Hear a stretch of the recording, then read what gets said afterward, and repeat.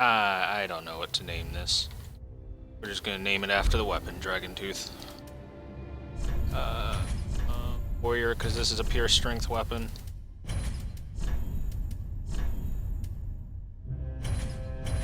Yeah. Wait. Hold on. Hold on.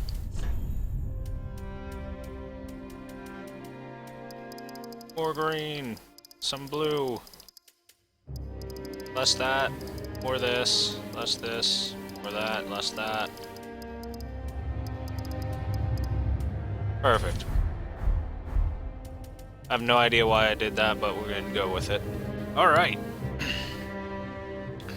So the Dragon Tooth is Havel's weapon. I plan to kill all the bosses with it as fast as I possibly can, and hopefully beat a 2-hour, 37-minute time, because why not? And we'll start with the Warrior.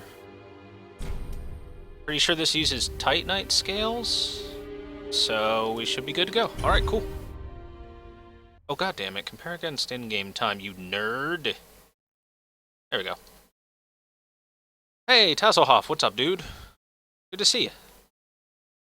Welcome to the chat. Welcome to the stream.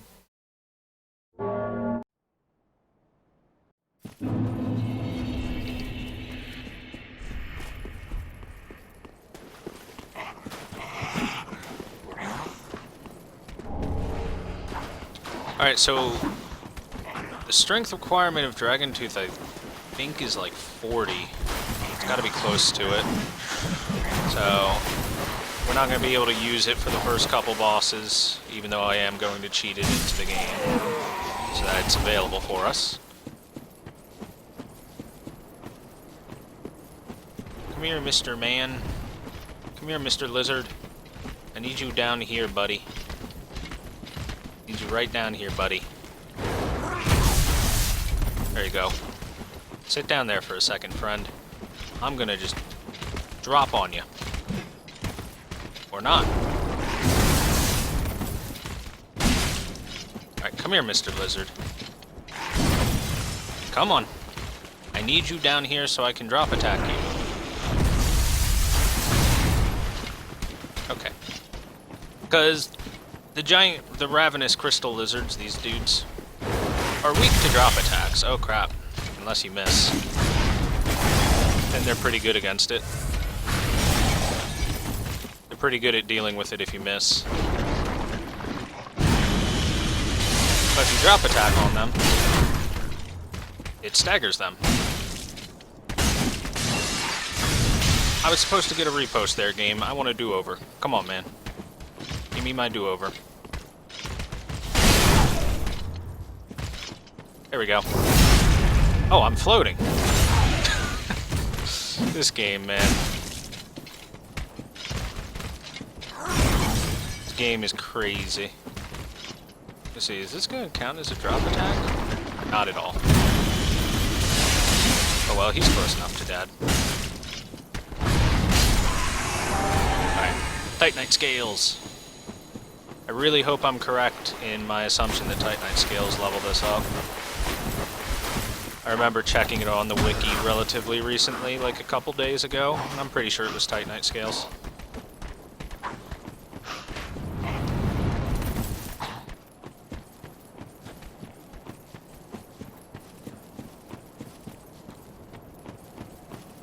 Watch it be regular Titanite. At least that would make life pretty easy. Regular Titanite's super easy to get.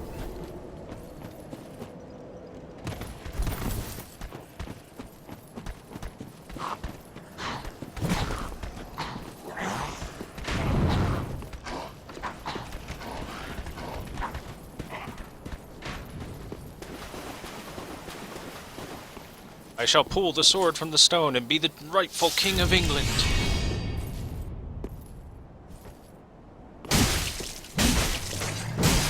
I don't know why this asshole comes to life like this, as if I'm not the rightful King of England.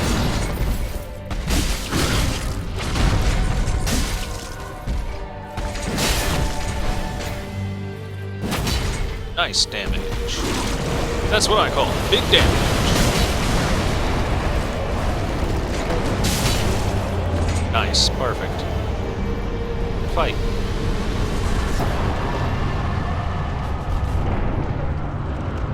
Really good fight. Turns out having a weapon that's pretty good for strength is pretty good for that fight.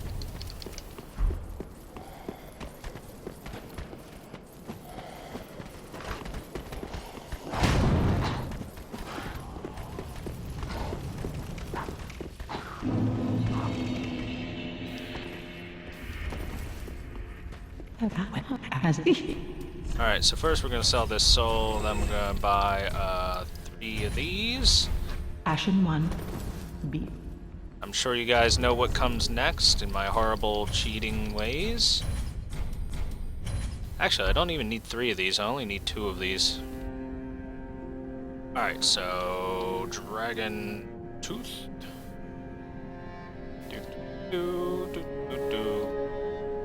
Casual cheating. Perfect. And I don't actually need the... Oh god. There we go, that's much more pleasant. I don't actually need the 3rd one for the Hunter's Ring, because this has no scaling whatsoever with Dex. It's pure strength, so this one's, I guess, an extra. Whatever, no biggie.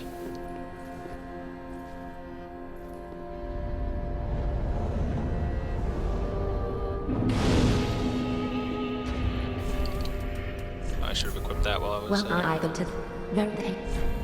Okay, so we want strength. And lots of it. Farewell, Ashen. I'm pretty sure I need lots of strength to be able to wield this weapon. Let's try 2-hand. I can 2-hand it. Alright, perfect. We need to take equipment off. Alright, perfect. As long as I can 2-hand this baby, we are good to go. Come on. Jump, bitch! Oh god. Sure, carrying this weapon doesn't help. No, I'm just bad, actually. I'm just actually really bad. I don't find it fun cheating in the weapon. Well, all I'm doing is giving myself the weapon, really, and the ability to use it. Mainly because, let's put it this way, the earliest I could get this run would be after Oceiros, and then I'd have to go to Archdragon Peak, and then kill the Havel Knight at the end there, and then I'd be able to use it, but by that time I'd be halfway. I'd have done half the game already. And because this is just, you know, casual fun,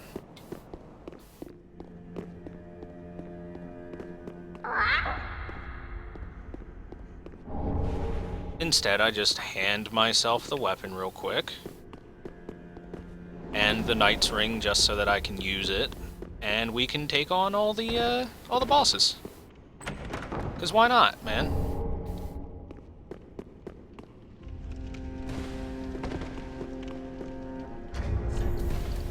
Okay, I want you to be that and you to be that. There. Oh crap. I almost forgot. But I remembered at the end. I would like to talk to the Shrine Handmaid. I want a dagger. Thank you. Ashen 1. Yeah, that's what you mean? Okay. I mean, let's put it this way. If ever there was a run that incorporated the Dragon Tooth in it, I'd do that. I'd be able to do that run.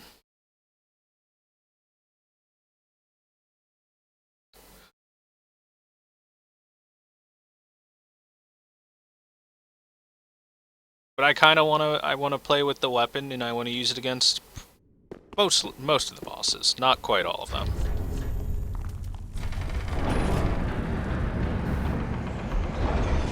Yeah, look how dumb it is. Let's put it away for now.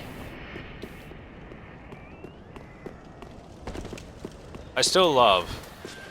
Wait, can I buff this? I'm gonna grab some gold pine resin just in case I can buff this, because that would be awesome. If I can buff this weapon, life is going to be pretty easy.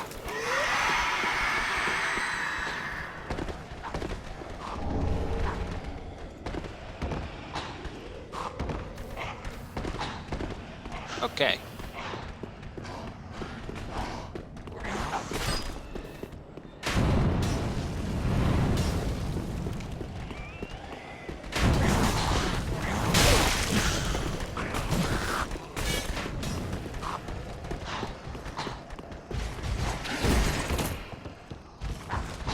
Although it would be interesting to think of how I would route the game to get to the point where I could grab the dragon tooth. I guess I would go with like a raw Astora straight sword. Get that bastard going.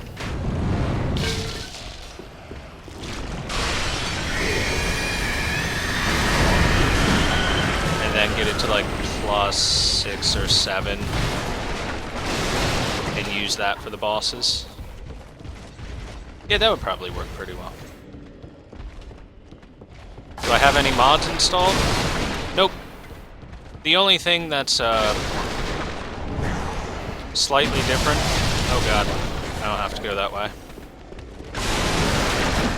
The only thing that's slightly different about my game from what may be different from other games is it's on a slightly older version, but the reason why the weapon UI might look different is because you can put it onto simple or detailed, and I keep it on simple because it lets me see where I'm going when I'm mucking about in the inventory screen.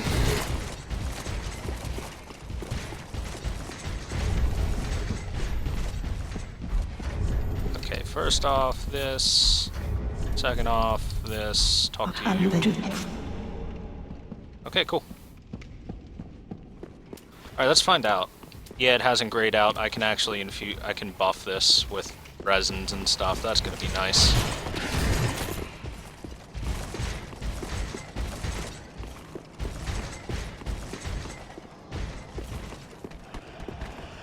Oh, you never knew about the simple detailed thing? Well, now you do. You can go ahead and make use of that for the future.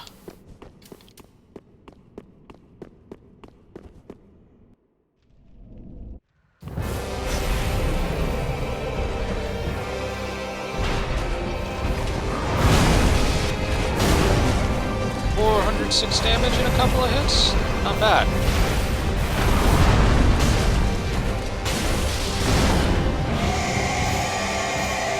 Charged R2. Oh, holy shit!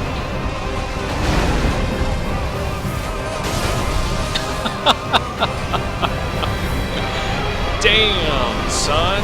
Get wrecked. That's a lot of damage. Oof. That's a whole lot of damage.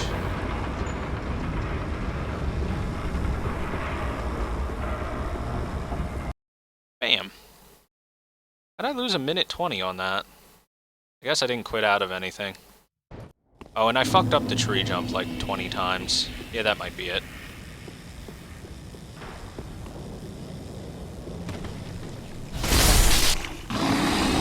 Yeah, I don't think those dogs had much of a chance to survive that.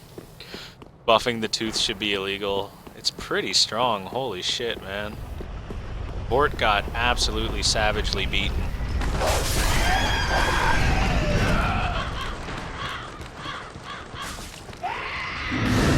Oh god, there's a dog here. Now there's not. Okay, I should take the time to pick up some buffs.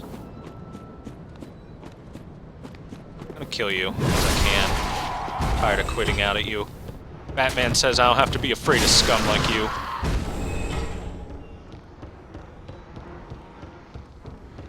Alright, so let's grab this. Let's grab the other pine bundle down here, too. Ow, my ass. Oh, Jesus. I'm intrigued. I've never had that happen to me before. Never been grabbed by one of those little bastards like that before. It's pretty cool.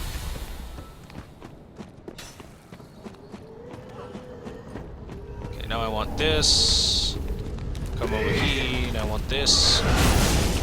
Yeah, you attack that ground over there, dude. Plow the shit out of it. Why exactly am I running an outdated version of the game? What? Because The actual speedrun is run using the teardrop glitch in order to go out of bounds, whether you're running any percent or regular.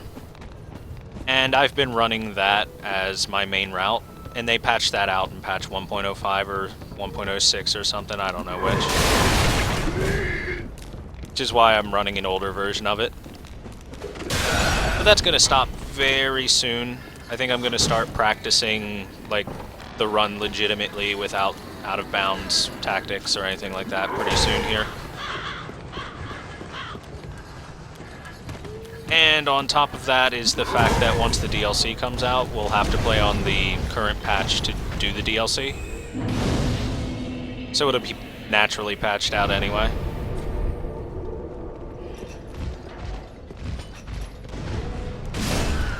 Oh wait, why would I go that way? That way's gonna hurt like hell. Ah, whatever, I'm a man. A big strong man. A big strong woman in this case.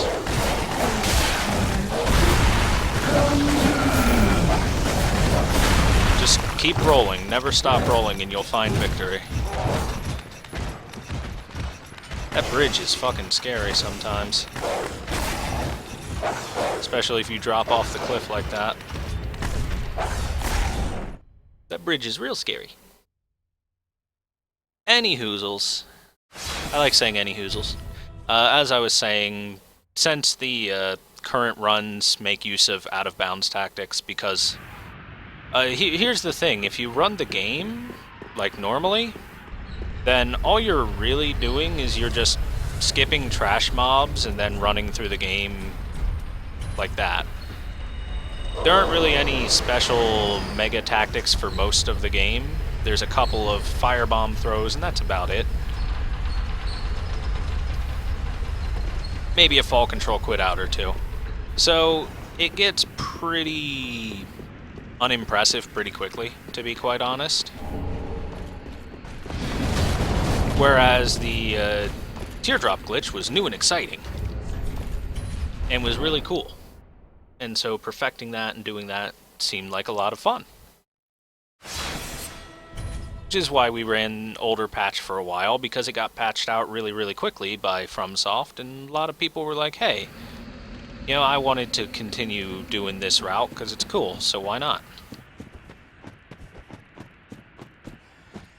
However, it's also really precise, somewhat finicky, and very easy to fuck up. So after people got their fill of the teardrop glitch, they started going, man, it's gonna be great when that's phased out. Because fuck the rock and fuck the tree. That rock right down there. Squid out fall control is still hard as shit in DS3. It is for me as far as I'm concerned. I've never really mastered it, and I'm probably going to have to forever use safety tactics and lose a couple of seconds on every run. Oh, wow. This fucking tooth is heavy as shit. I took a lot of damage on that fall. Took a whole lot of damage on that fall.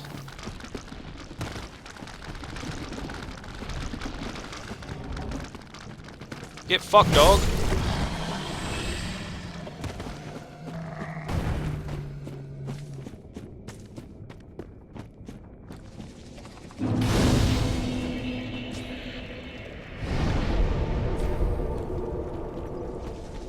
Okay, oh wow, I don't know if I'll have enough equip load to put this on quite yet.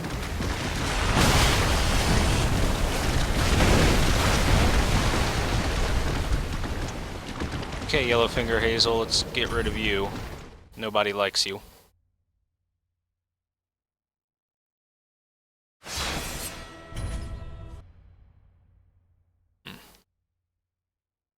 Anyway, I've got new stuff I gotta learn in Dark Souls 1 anyway. New and exciting strategies.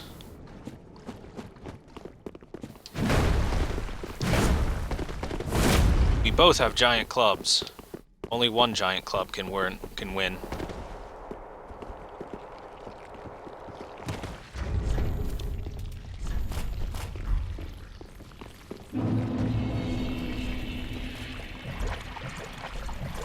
There we go.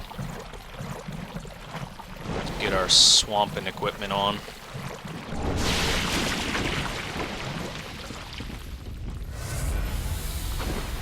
New strats for DS1, what have you missed?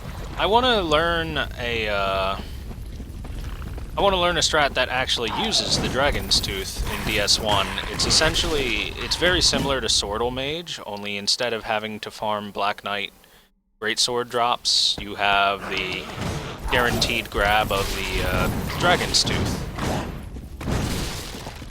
And it should be almost as fast as Swordle Mage, so that's pretty interesting to me. And I would like to try that out. It's also got some cool-ass new skips, like the Blighttown skip, in which you completely skip going to Blighttown at all, and you just jump through an out-of-bounds area in New Londo with a fall control quit-out timed super perfectly, and wind up right outside of Quelaag's boss room. Ew, dung pies. So there's some pretty cool new stuff for Dark Souls 1 runs that I'd like to try out in the near future.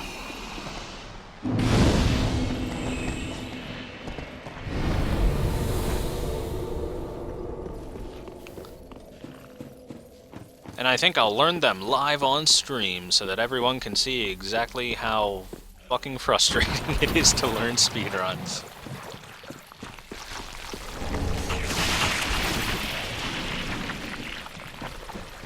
But also how good it feels to finally get the trick once you do.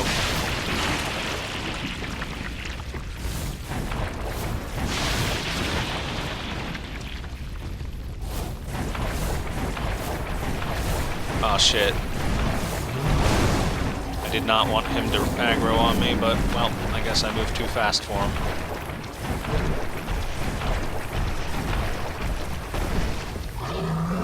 Don't follow me, bro. I just want to put this fire out, man. Just want to put out the fire. Oh, God. I'm going to get rid of him, because trees hurt a lot when they are shoved inside of you.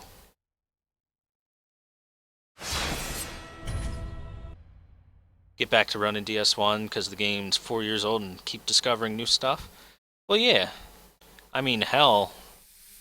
Like, Super Metroid is still discovering new stuff.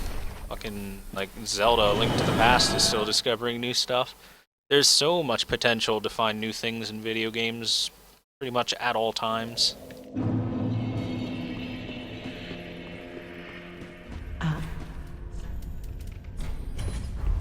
Ashen 1. Alright, reinforced Dragon Tooth, Estus Flask. I should have 4 of these. Yep. Well, then Strength like a mofo. farewell, Ashen One. Alright, let's go kill the stray demon. Also burn Undead Bone Shard because a +1 Estus Flask is, like, exponentially better than a +0. Oop.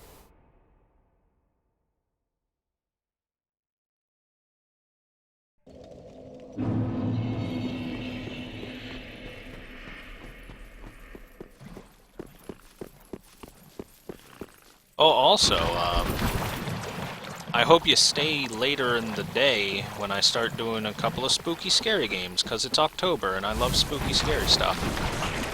Oh, get out of the way, slug. Move.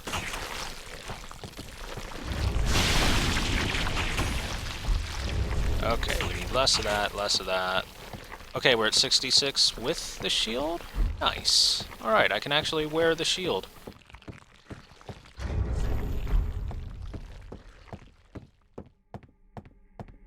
Very good.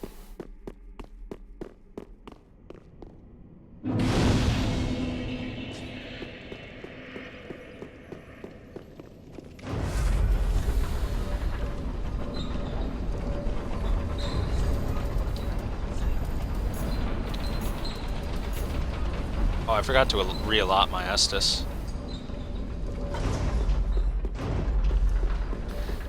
Do I want the Hearthstone avatar from Twitch Prime? I don't know, man. I haven't played Hearthstone in quite a while. It's really turned me off with the lack of stuff that they do.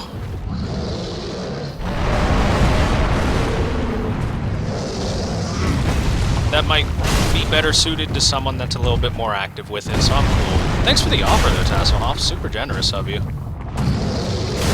Oh, God. That hurt.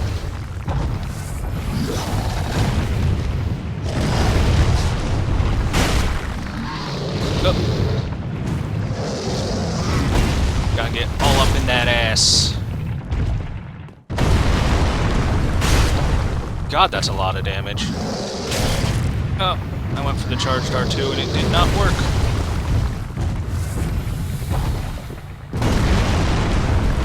This should end him. Get wrecked, son.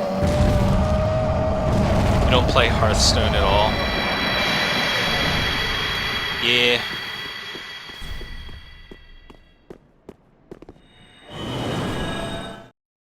I think Hearthstone has really, I think they really dropped the ball, man. Okay, back to the Keep Ruins. Baron Lizard, +2. I used to really like Hearthstone, but they keep, like... The devs keep killing combo decks, which is really unfortunate, because they're usually pretty skill-intensive. They killed Rogue, which was my favorite class, and just created some sort of weird, crappy monster out of it. Priest is still in the shitter. The only way that they seem to know how to make a class that's not good is to strong-arm tactic their cards and create stuff that's, you know, obviously going to work because it's fucking pants-on-head retardedly strong. And then they don't rebalance anything for 9 months or so. They wait 6 to 9 months and say, don't worry about it, the new expansion will totally fix everything. It's really unfortunate. Take this! Oh god. Takes 2 hits. How about a charged R2? Slammed. Come on and slam. And welcome to the jam. Come on and slam.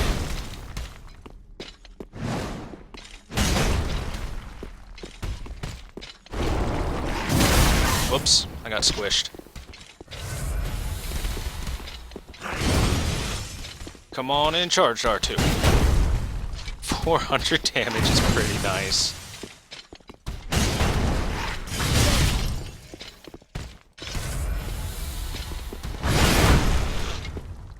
How much does a Repost do? Jesus Christ, that's a lot of damage. Oi. Oi, that's a lot of damage. This weapon is strong. For now. Oh, by the way, if you get the Soul of a Stray Demon, use it in your hand, do not sell it to the Shrine Handmaid. If you sell it to the Shrine Handmaid, it's only worth 2,000. If you use it in your hand, it's worth 20,000. Because I guess they misplaced a 0 or something when they were programming when they were making numbers for this. Well, then... Yes! Welcome! It's good to see you. Glad to have you back to the stream. Welcome back. Glad to have you here. Hopefully you're having a good day. How you doing? And welcome to the meme runs. Okay, I want to go to Cliff Underside. Yeah. Or actually, I should split after I port. There we go. I'm going to do Great Wood. I kind of, I reconfigured my splits just a little bit for this particular route. Because I figured doing Dancer early is great and all, but fuck, it's hard. Maybe I'll do a couple bosses real quick first and be able to peach my stats with their souls.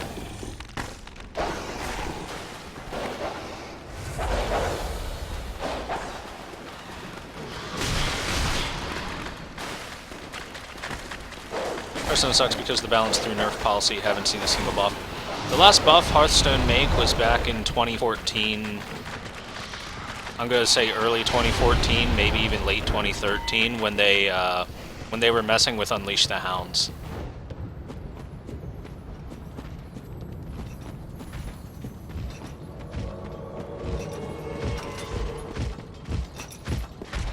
So yeah, the Hearthstone devs really don't like changing cards. I understand they don't want to change cards willy-nilly and stuff, but they have to do something once in a while. What the hell are we paying you for, guys? Oh god, you move so much faster when you unequip that shit, man.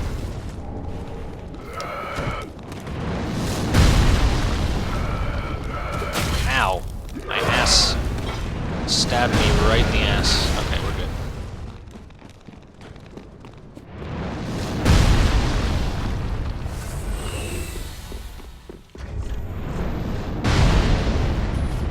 I don't think Hearthstone's necessarily bad just because it never buffs anything. I think it just doesn't change often enough. Even if all they did was nerfs now and again, at least if they did one once every month instead of once every 6 months, the game would be less horrible to play. Right. There we go.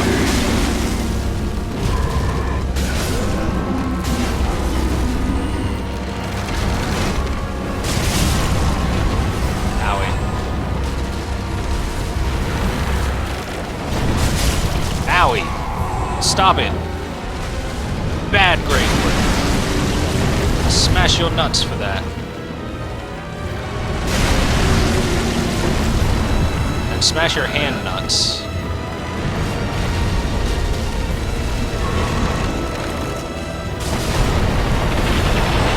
Whee! How can I get the tooth so fast? I cheated it in.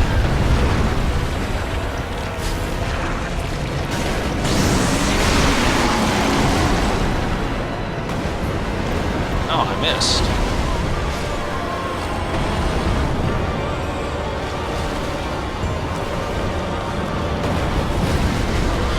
Oh, God. Didn't know that's what he was doing there. Okay. Maybe a one-handed swing? Yeah, one-handed swing might be better right now. Just so I have a chance to hit the weak points.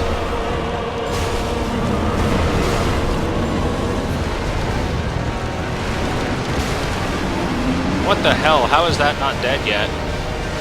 One-handed? Oh, right, I can't one-hand for shit. That's why. Duh. Duh, dummy.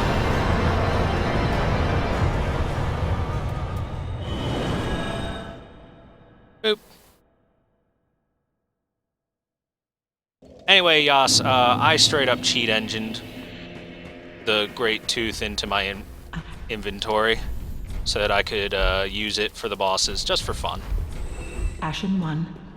Because if I wanted to do it legitimately, it would take...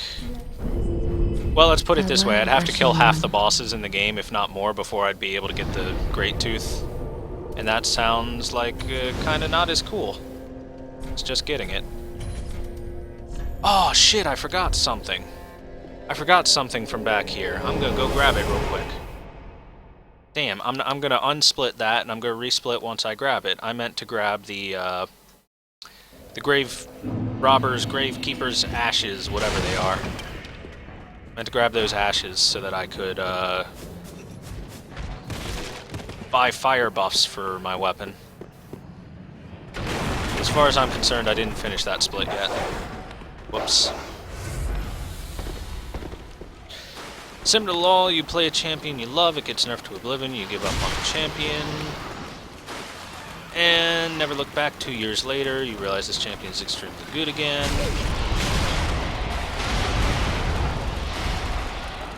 Oh, sorry. Take a look at the patch notes, and yeah, it's never been buffed. Champion is awesome again because everyone else was nerfed even more. A little bit. One of the reasons why I personally left League of Legends was I didn't I'm not a huge fan of the way that Riot Games seems to like to run their company, their community, and the way that they treat their professional scene as well.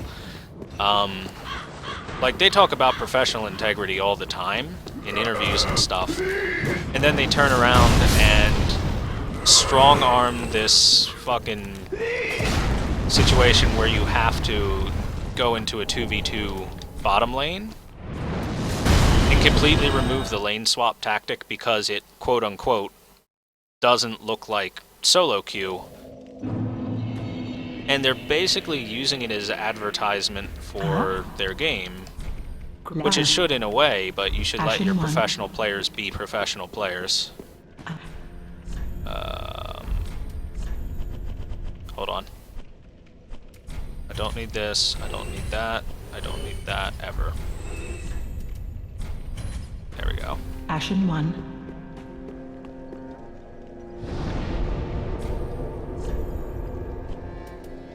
And like, I understand they can create their game however they want. It's fine. I'm not a fan of having a specific meta be forced.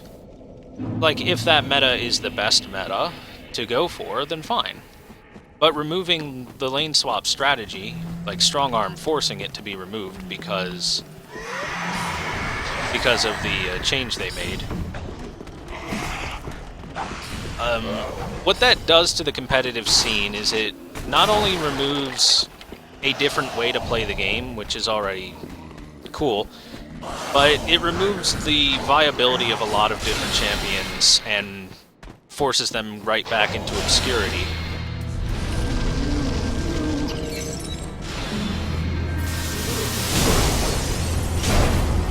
Oh wow.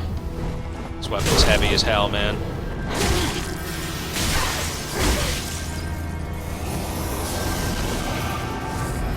This weapon's real fucking heavy, man.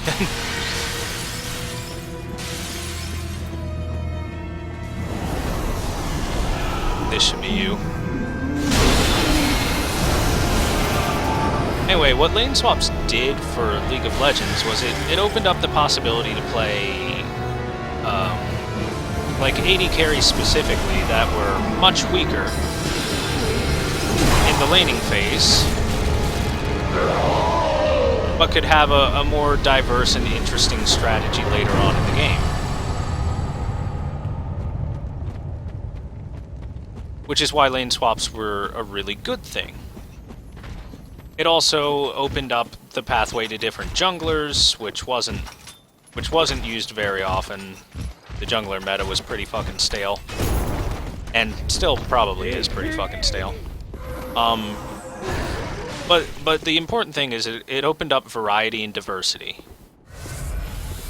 And the possibilities of it. What they've done with the new change is they force you to need a strong 2v2 bottom lane, and you need a strong jungler for the early game. Farming junglers are all but extinct. Late game carries are very, very, like, heavy late game carries with a poor early game are extremely rare. The likes of like Twitch and Kog'Maw are almost never seen. I've been watching this Worlds, by the way, because why not? Those guys are pretty much never seen now because without lane swaps to give them a possibility of a good lane, then unless they're just given a great matchup that they happen to be good in, they're never going to see play. And instead, what you get is you see an awful lot of Cinder because of her ability to push early on and rotate very quickly in her aggressive tendencies and her good scaling. You see a lot of Ezreal because he's very safe in lane while being able to both pressure it and deal with pressure. You've seen a lot of Braum because Braum is extremely good still for the entire past year. Seeing a fair bit of Bard because he can apply pressure onto enemy lanes. You see a lot of Poppy still. And like everything that I'm naming, we've been seeing for at least a year now of an almost unshifting meta. Or at least very nearly a year. I quit playing League of Legends like 9 months ago, and everything that I'm seeing in this world is almost exactly what was being played 9 months ago. It's very similar to how, like, Hearthstone doesn't change for 9 months. League of Legends hasn't evolved its meta. Holy shit, I got wrecked. Please. God, no. Stop. How did you jump on my head? What is going on? Holy crap, that was awesome. I got fucking destroyed while I was talking. Anyway, like, there's been little to no actual evolution in the meta of League of Legends for 9 months. There have been a couple rotations out of the meta, and I think one of the new champions is okay as a top lane in the meta, maybe? I think I saw him once, and he didn't win, so eh.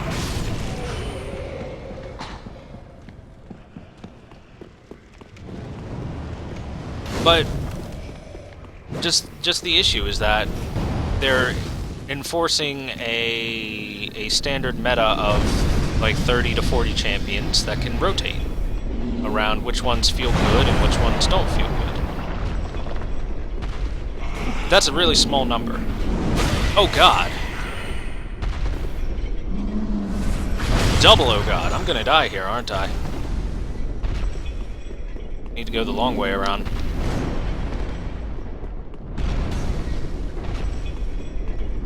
How long's it been since I've gone the long way around? Jeez. Maybe I should go back and hit the bonfire, because I'm getting shit on. Whoops. There it is.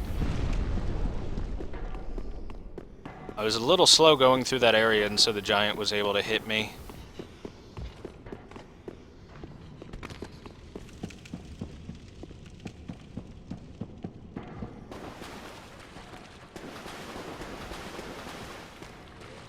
Okay, just because I'm so low here and it's a fun run, I'm gonna get invaded by Longfinger Kirk and not be able to use a bonfire, aren't I? Shit balls. I can at least activate it, I think, and then I'll go kill myself on Kirk or something. Captain Kirk.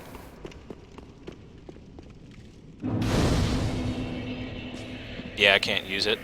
Can't quit out either. See, watch. No quit outs. Once you're invaded, you're invaded. Oh, hey, bro. Let's go fight Kirk for fun. Where are you, Kirk? I'll fight you. IRL. Oh, there he is. Come on, son. Let's go, small son. Well, it was a valiant effort. It all feels like the beginning of the season because they removed the lane swaps. Yeah, kinda. Look, here's the thing. When I look at professional play of games that I play, I don't want it to look like a game, like one of my games. Or one of the general public's games. I want it to look extremely well coordinated, I want it to look new, and I want it to look interesting, and I want there to be valid strategies that they can do, because they drilled the shit out of it and practiced it. So it's impressive.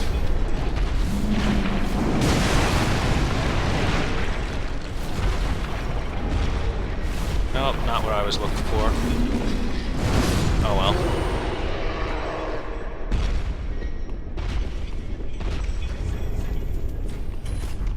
That's the thing, people should be, like, impressed by the different strategies, not turned off by it. There we go, we got some fancy pants. But instead, for some reason, Riot seems to really think that people don't want to look at, like, new, interesting strategies. They just want to look at another pub game with high mechanical play. And fuck, I can do that. If I wanted to do that, I'd just go watch a pub game with high mechanical play. Oh, I sneezed so hard. It came out of nowhere. 400 damage is a lot for a +2 weapon to do to these dudes. Heal up real quick.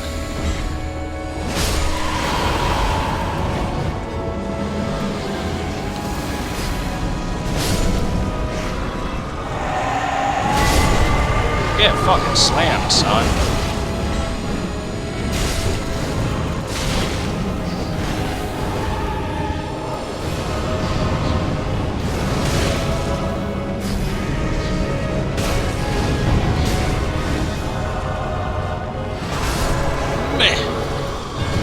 Wrecked. Bam. That was a pretty bad split, I gotta say. It's okay.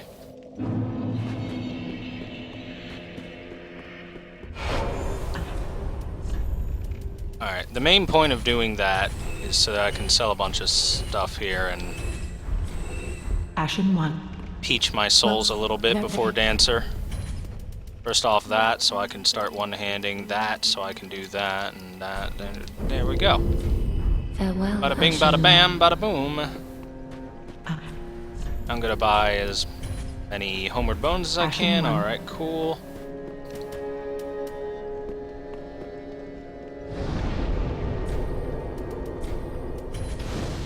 Yep. Alright, let's go do Dancer. Simply put, you don't feel rewarded for putting your time into LoL. I mean, the thing is that metas are going to shift, and sometimes your favorite hero, champion, whatever you want to call it, is going to feel weak because it's going to be weak, and that's going to happen. Sometimes it's going to feel pretty strong, and other times it's going to feel middle of the road, and that's fine. The problem arises when it becomes this let's take turns situation where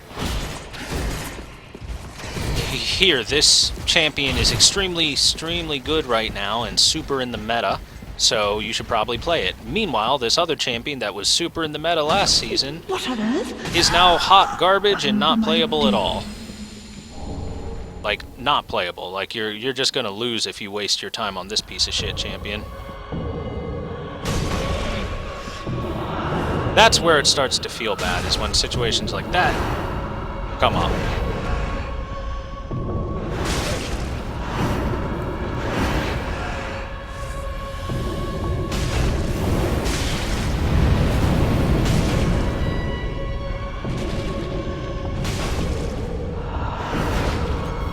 Heal up real quick. She'll probably attack again. Yep.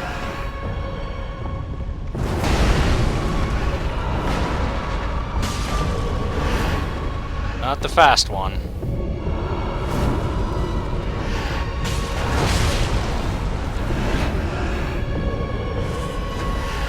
No, no backhands. Stop it. Slow down, Dancer. Give me some time to wail on you with my giant club.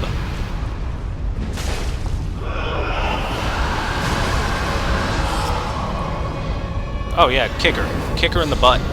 Kick her in her big fat ass.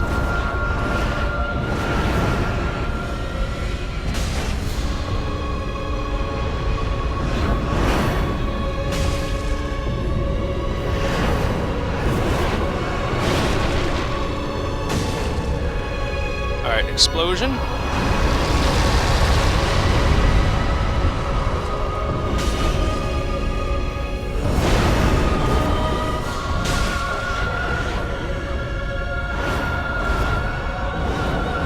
Look at that. Do you know how much damage that fucking attack would do? If I was there? A lot.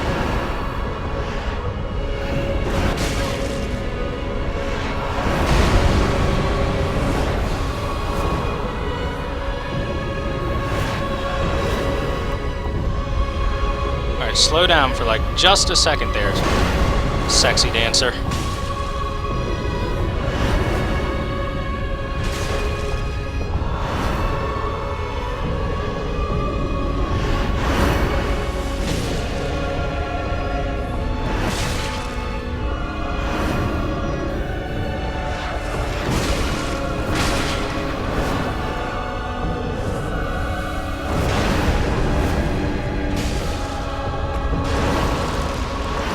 Got her! Okay. Ooh.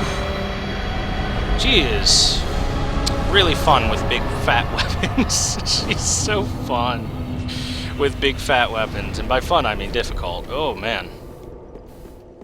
It's always a bit rough. The Dancer is a difficult fight with big heavy weapons like this, where you can, where you really gotta time your attacks properly. Otherwise you're gonna get punished by getting hit, and she does quite a bit of damage.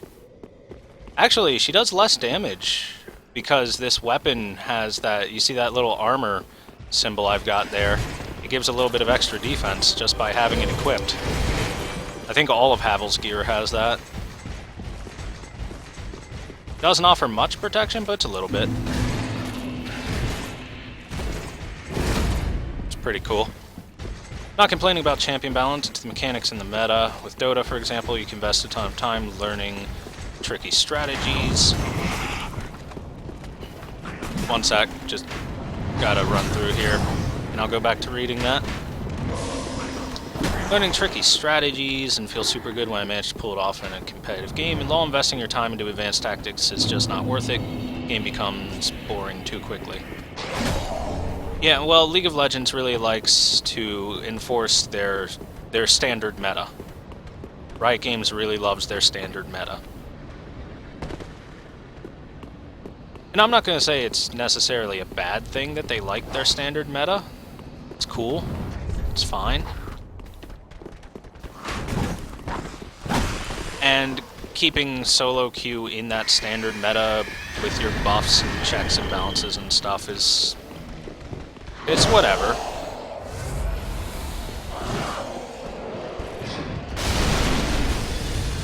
Alright, so I'm quitting out here because there's an Outrider Knight there, and I need to open this chest. At least I would like to open this chest. And he would like me to not. But if I quit out over here far enough away, he won't be aggroed. And I can open the chest just fine. Oh, that's just twinkling? Shit.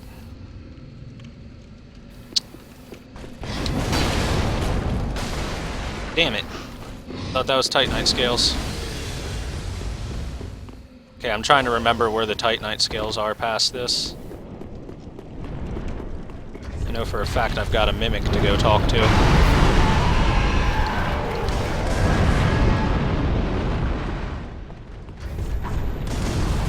Alright, I can one-hand this now.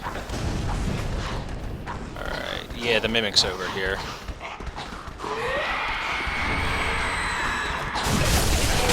Oh, shit! That's a lot of damage.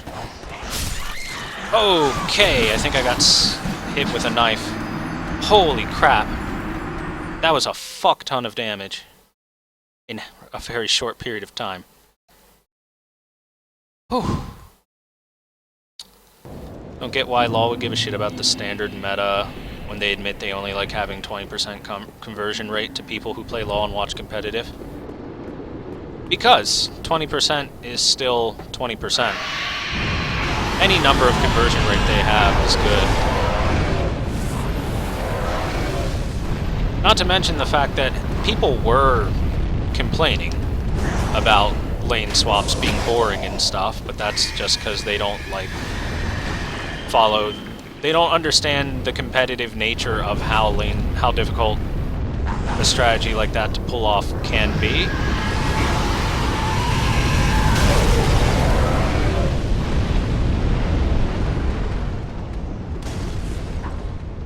And instead they're like, oh, it's boring, the game doesn't start until 15 minutes. It's like, no, they're just playing very intelligently. Alright, I'm gonna do this real quick and get rid of those people attacking me. In addition to that, yeah, you monsters hitting it, it's easier to balance for one meta than it is to balance for multiple metas. Okay, my souls are probably right out here, so we're gonna shut you the hell up. Little broken straight sword. Oh, come on, those guys are aggroed on me.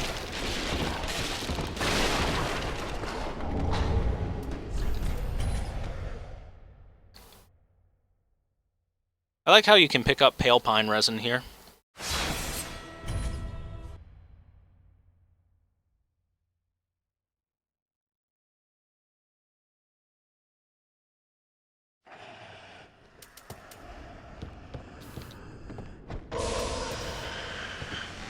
Okay, I'm gonna need to borrow this from your mouth, please. There we go, 3 scales there. Okay.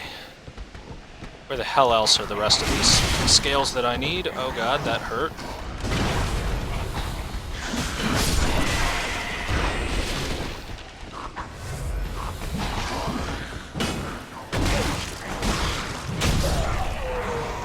Oh my god, he lived. Fuck, you're tough. Took a dragon tooth hit. Alright, give me 1 second. I need to, like, try and remember where the hell else these other scales are. Okay, there's 3 more downstairs in the, thing. Let me just... Chest near the... Corpse under the right-hand dragon. Shit. Balcony outside the... Got that one. Chapel with the...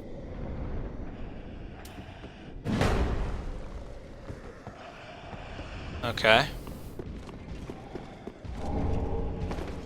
Okay, I think I know exactly the things I have to pick up now. Okay, we should be fine.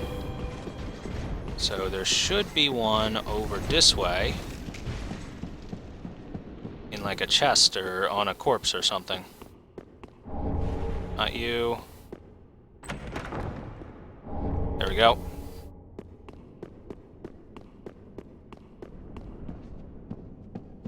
There we go. Alrighty.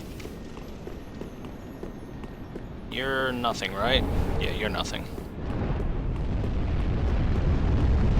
I need to go upstairs. Riot's already proved they can't balance also the realm they used to balance things, never gets used in good manner because people just go there to play with the new skins and they ban the champs that they do. Yup.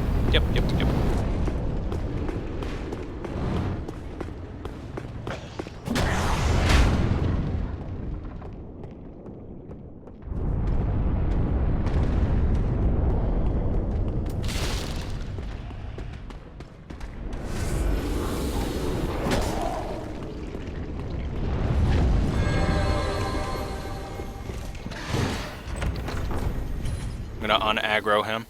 Here's the thing about Riot's ability to balance and stuff. I think Riot has perfectly fine capabilities of balancing the game and everything like that. I think one of the issues... Let's get Praise the Sun, why not? One of the issues we find is that they strong-arm too many things.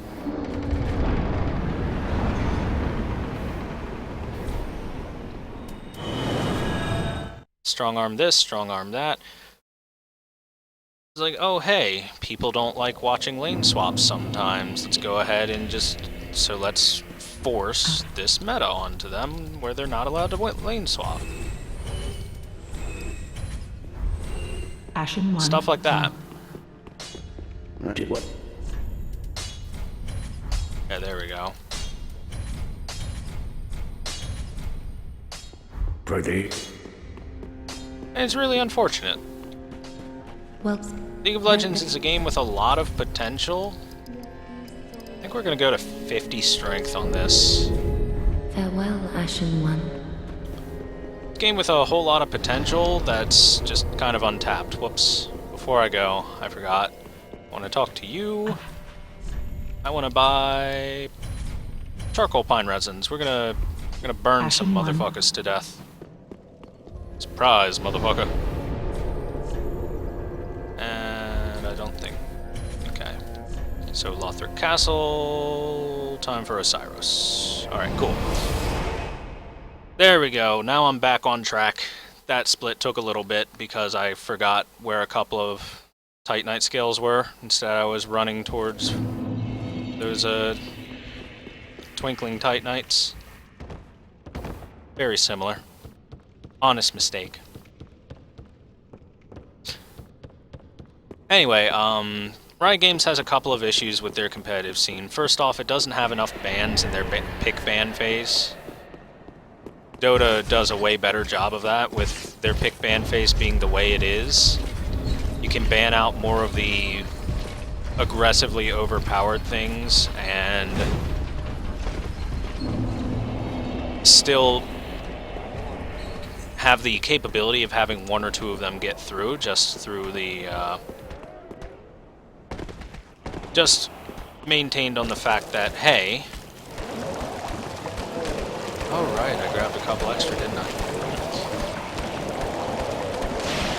Just maintained on the fact that, hey, you know what?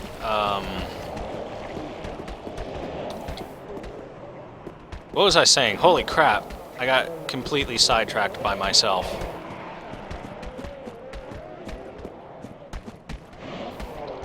I need to... try not to get toxic here, but I'm probably going to anyway.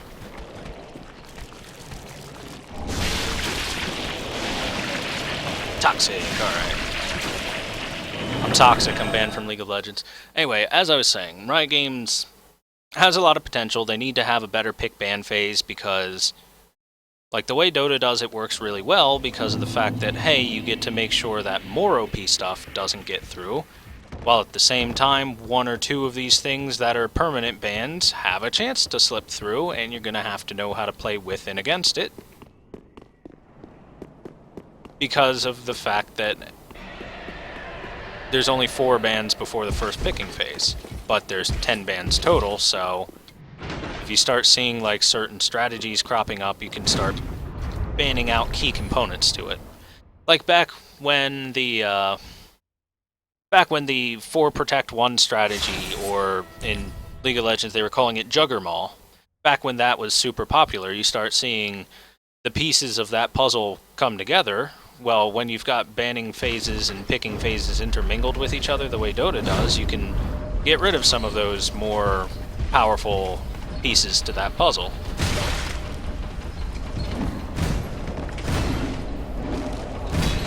Did this motherfucker just fucking land on my head?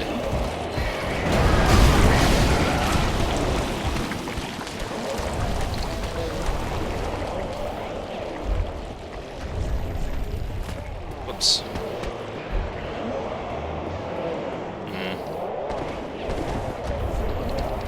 Alright, I want the Shadow Garb on this, the Shadow Garb on this. There we go, perfect. That's exactly how I want to look anyway.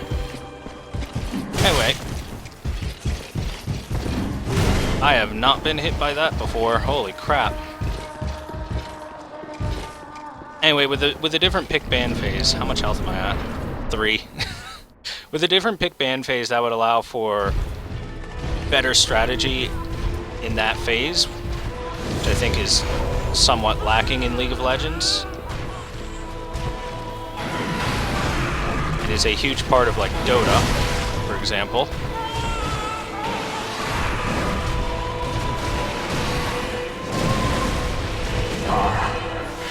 Dear little Ocelot, Okay, get your dick out of my face. where have you gone?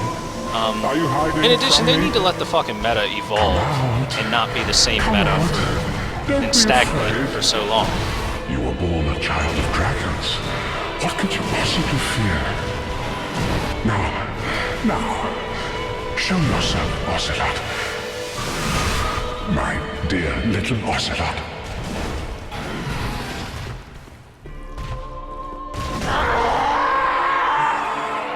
Charge Dota 2!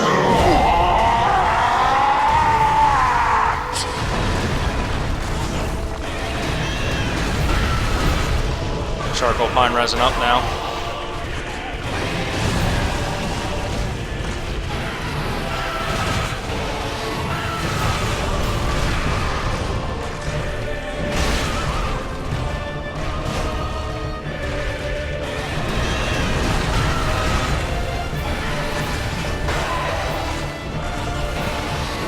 He's gonna charge.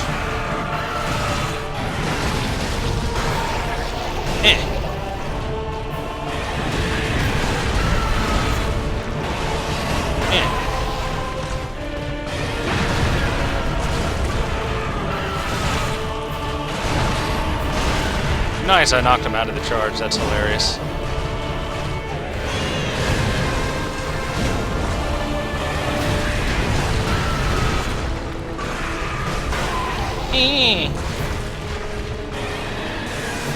Charged R2, bitch! Get wrecked. Get wrecked, Oceiros. That was a pretty damn good fight.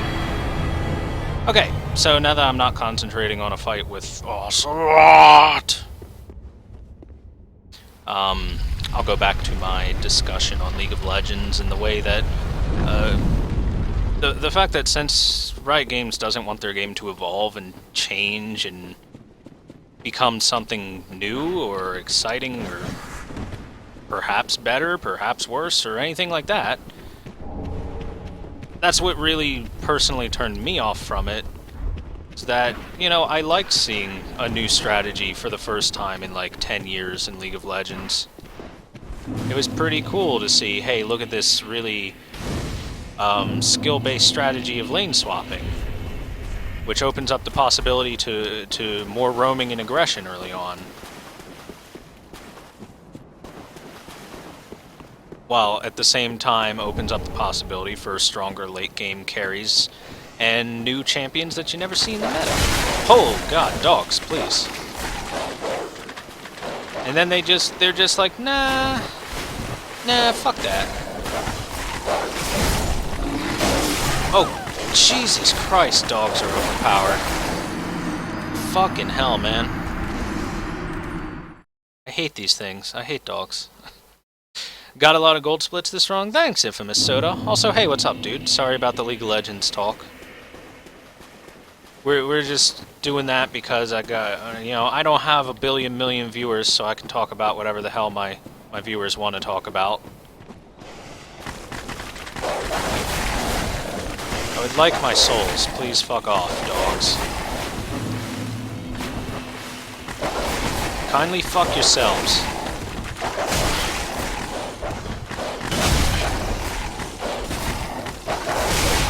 Fucking...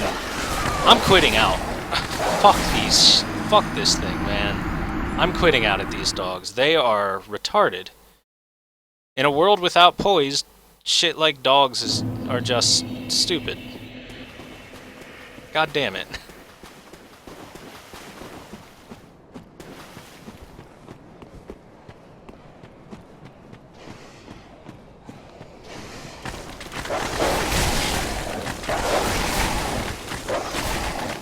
Okay, souls please, souls please. Alright, bye dogs. Oh, hello Bloodborne dogs. Hello dogs in the Soulsborne series, period. Like the fact that EU and Korea had different styles of lane swaps, each had plus and minuses, and NA was kinda just shit at them. Yeah. It was cool seeing different ways that they were implemented. Alright, there we go, there's one.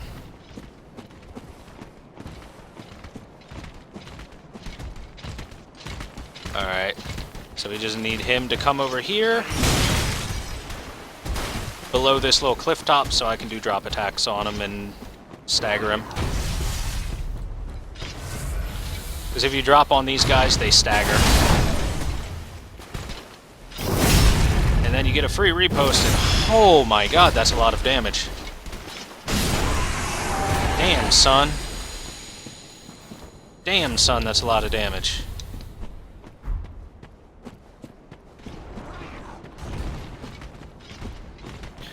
Never played LoL before, heard it was good, but I'm shite at strategy games.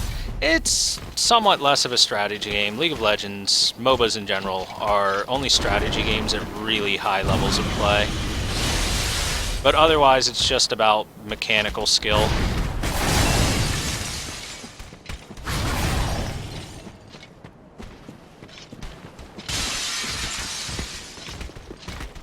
Hey! Hey! Fine, I'll fight you legitimately, asshole. Wanna go? Let's go. Sorry, but I know all your moves, Sonya.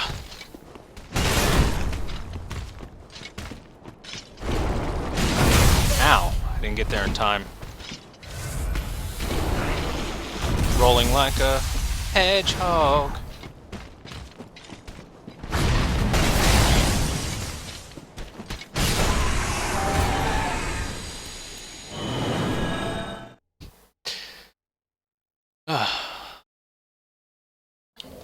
I guess what we're talking about concerning League of Legends right now is about the strategy portion of it, though.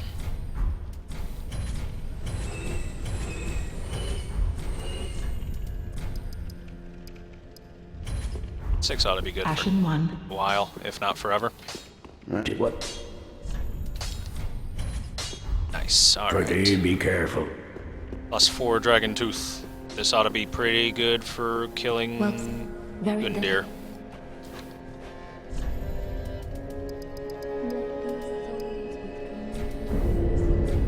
Alright, 50 strength. Ashen One. We're pretty strong now. Let's go fight the champ.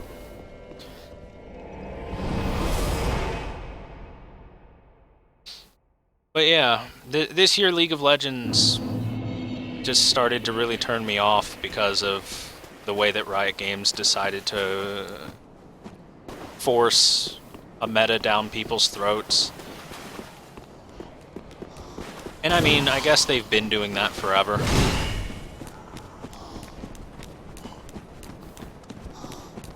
And Dota 2 just felt a lot better. Let's put it this way, I think by the end of Worlds, I think there will be 54 unique champions played in League of Legends out of their 130-something different choices. At the end of Dota 2's International, there were 105 out of 110 unique heroes picked and played. If that's any indication of how things are run differently between the companies.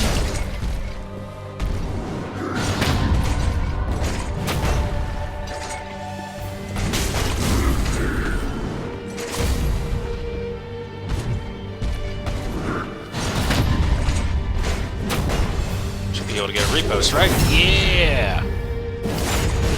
Perfect. Alright.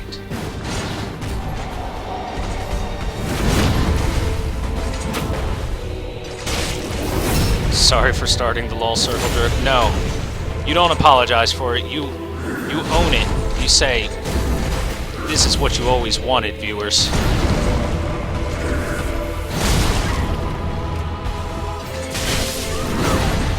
Nice, I wasn't even allowed to roll there. Come on, video games. That's not cool. You can't just not allow me to do anything the second I get up.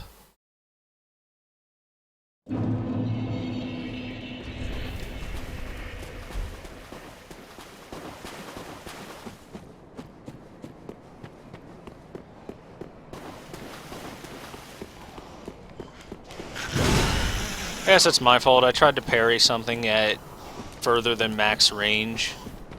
And when I tried to parry his thrust attack,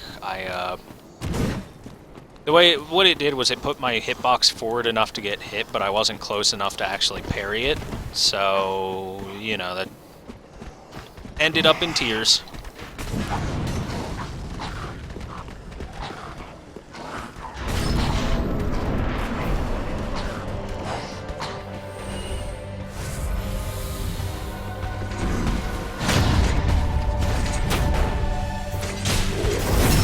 You know what I never did? This. There we go.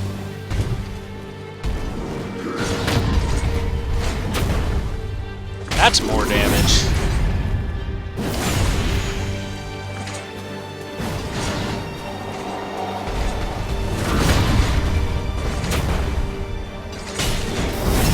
Now that's what I call big damage.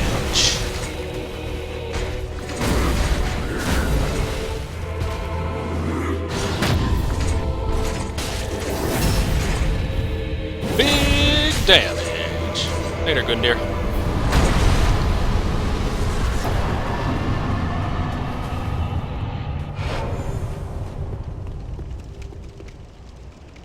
Nice. Last gen Rich to fan. Welcome to the stream, Last Gen. Let's see, I like how you can find the corpse of Elizabeth from the DS1 DLC in the swamp. Forget the name along the dust stuff besides the crown and a scroll referencing. Yep, nice try, Mr. Black Knight. Lucille essentially confirming that the swamp and And Royal Wood, Darkroot Garden, Basin, Shaded Woods, Shaded Ruins. That's in the DS timeline. Yeah. Yeah, you can find all that stuff. Alright, we've got our blueberry eyes. We've got our Titanite slab. Or at least we're about to have our Titanite slab.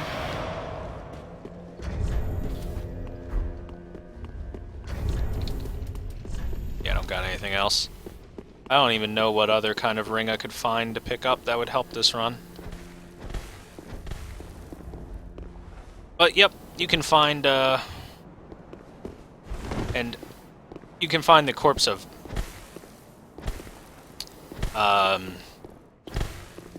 the giant mushroom Elizabeth. You can find, I mean, it's Dusk's stuff, but it's not Dusk's corpse. It can't be. There's no fucking way it survived for that many centuries. Although time is convoluted and whatnot, so, Whenever something doesn't make sense, you just say time is convoluted. Alright, I know what I'm gonna do for another ring. I'm about to go get my prisoner's chains. Duh. Just killed Gundyr. Oh. Hi, Lidlith. Here, have this transposing kiln, and now give me this ballin'-ass ring. Nice. Now.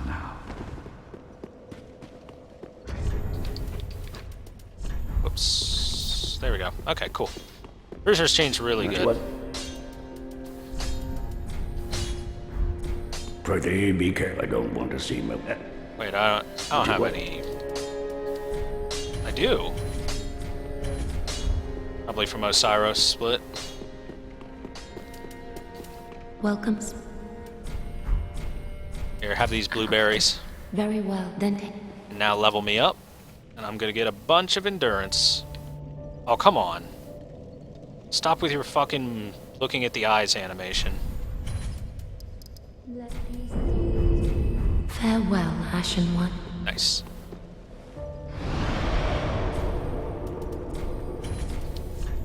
Alright, so... Fahrenkeep perimeter. Yeah, something Dark Souls 3 does a pretty decent job of is throwbacks to the previous Souls games of 1 and 2. Sometimes it goes a little bit too hard on it, gets a little bit kind of like fanboyish with it, or fan servicey with it.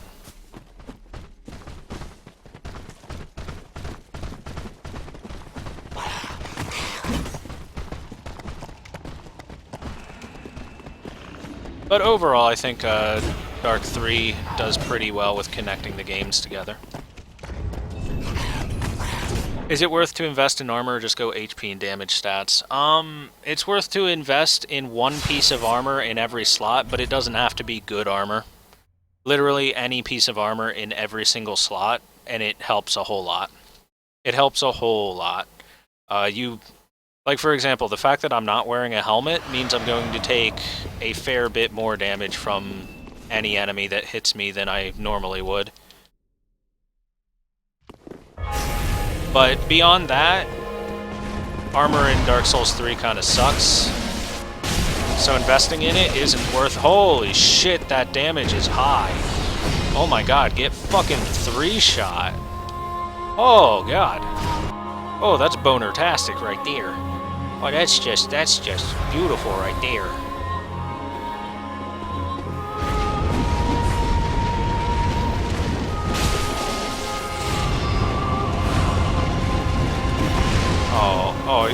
Oh, god, it hurts so good, doesn't it? Oh, it hurts so good. Oh,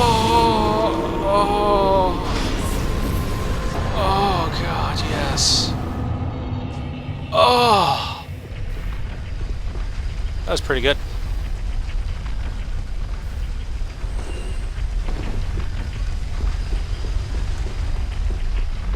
Even Smo's armor is useless? Yeah.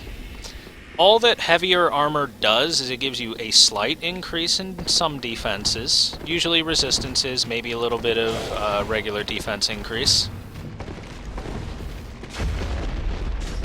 And the way that it works regarding, like, poison stuff that it gives you is that the way poise works, or at least the working theory that seems to be correct, is that all it really does is it influences how many iframes you're able to have on your rolls while you have heavy armor. So leveling up Vit so you can have heavy armor, so that you can have slightly more iframes on the rolls that you don't... that you're wearing heavy armor so you're not supposed to need. It's a system that doesn't make sense.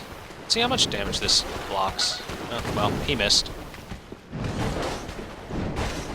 Basically what I'm saying here is FromSoft is fucking stupid sometimes.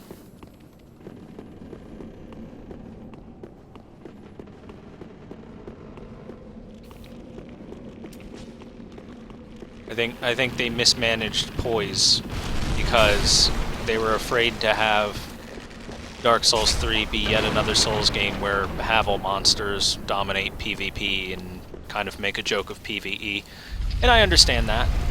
I understand that you don't want someone to just throw on the heaviest armor they got, kind of make a joke of the content of your game, but at the same time, you know, armor is supposed to give you some defenses, man. See how much damage this will do. This should one-shot it, right? Let's do a charged R2 to... Yeah.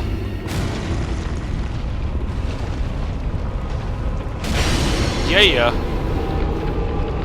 It's a whole lot of damage there. Nope, mistimed. Yeah. That's a lot of damage there, Mr. Vape Nation Volnir.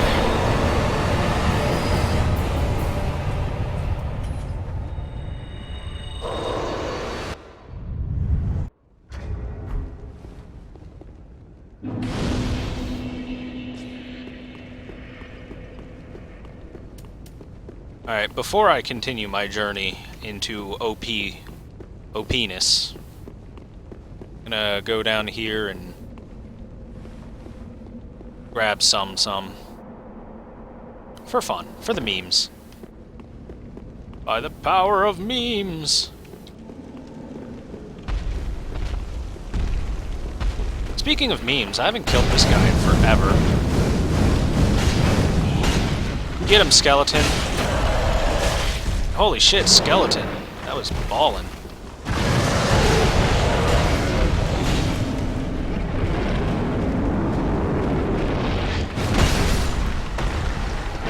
Get him?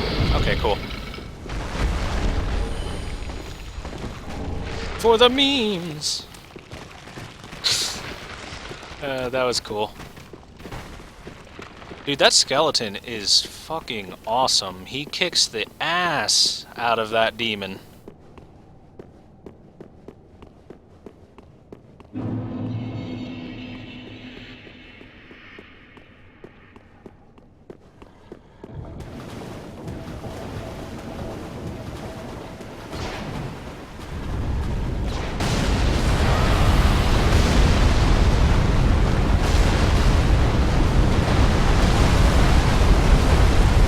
Anyway, let's go ahead and grab the Shield of Want, because I want it.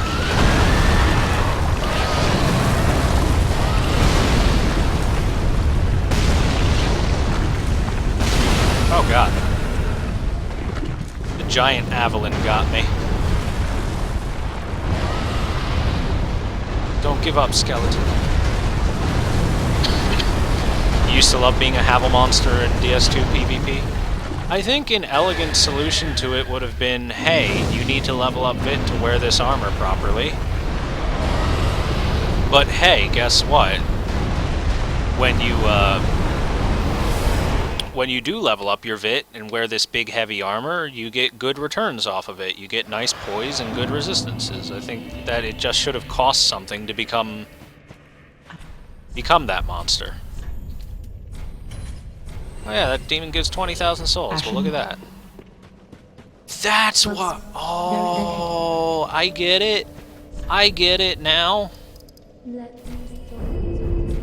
Farewell. No wonder. I just figured out what their fucking mistake is. Alright, don't tell FromSoft. Nobody tell FromSoft, but...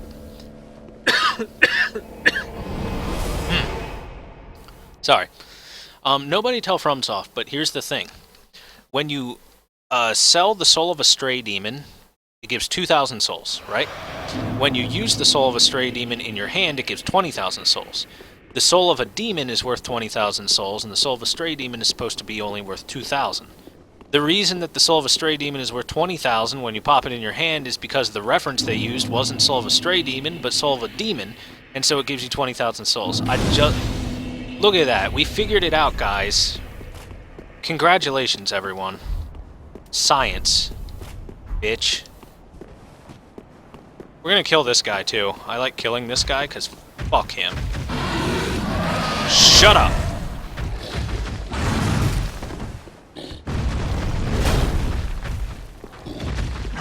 Hey, asshole. Rolling away isn't fair. Stay. Alright, you're dead.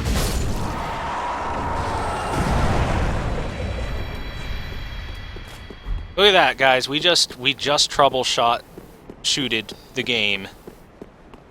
We just troubleshooted the game for FromSoft. Good job, everyone.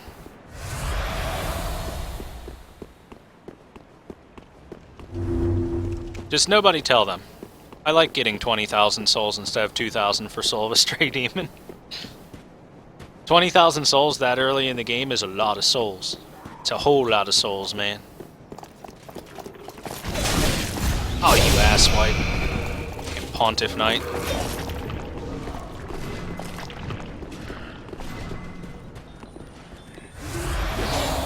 Anyway, I grabbed the Shield of Want so that we can have 1,000,000 billion souls by the end of the run.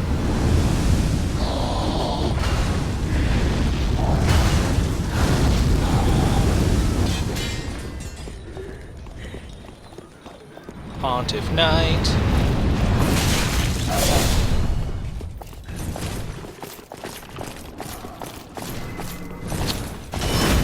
Havel stuff was kind of hidden in DS3, so they're essentially going anti-Havel monster. Havel stuff is hidden in every Souls game, though. Well, maybe not in 2, I don't remember where it is in 2, but in Dark Souls 1 you have to go through an illusory wall next to the bonfire in Anor Londo, and you find Havel's secret room with all of his gear and stuff. I mean, it's meant to be hidden. It's supposed to be the ultimate armor of the game. And that's fine. I don't mind that.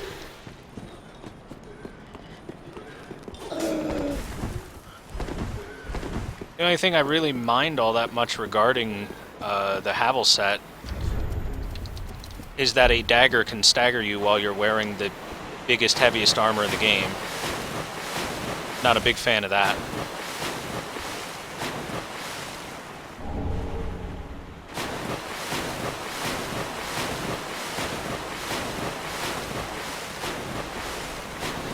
I'm grabbing these green blossoms because extra stamina regen sounds pretty good with giant weapon.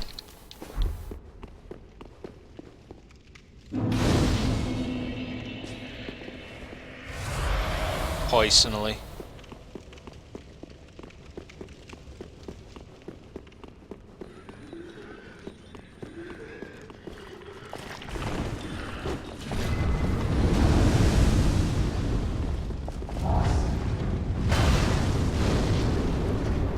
Alright, we're about to be invaded by Alva, Seeker of the Spurned. And a cool, awesome thing is if you already have your quit out menued to, then you can properly quit out and get rid of the invader. For anyone that doesn't know that little trick, it's a very nice little trick if you're trying to just run through the game. Otherwise, you either have to kill the invader or kill yourself to make them go away.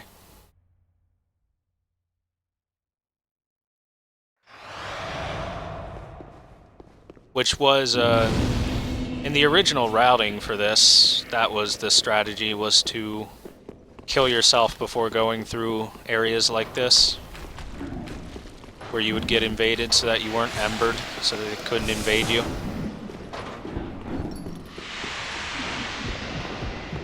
Rip health bar.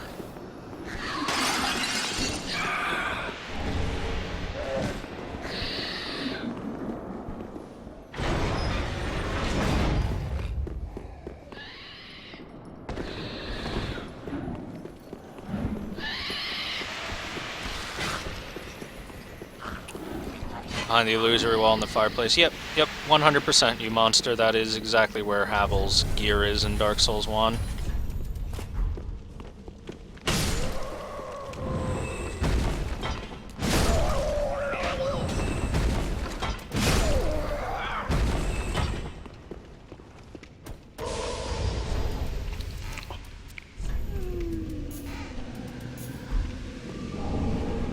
Estus Shard, because why not?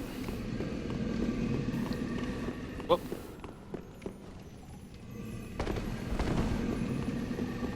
Got where I was going for half a second there.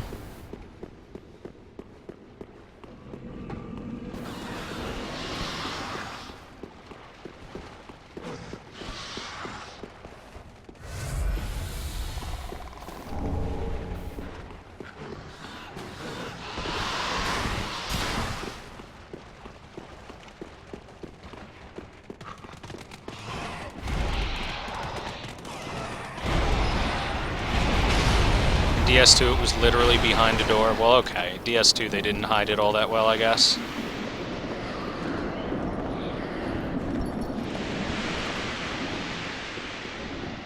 Oh, it feels nice to have all this stamina at this point in the game. Holy crap, man. Do you know how much I'm used to just having the base, like, 10 to 12 stamina, or endurance?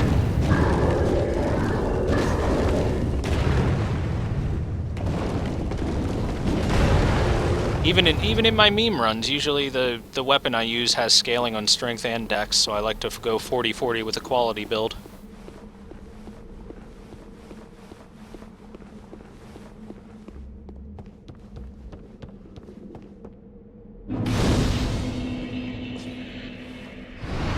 Need to finish your DS3 playthrough? You do, Mr. Monster. The DLC is coming out at the end of the month.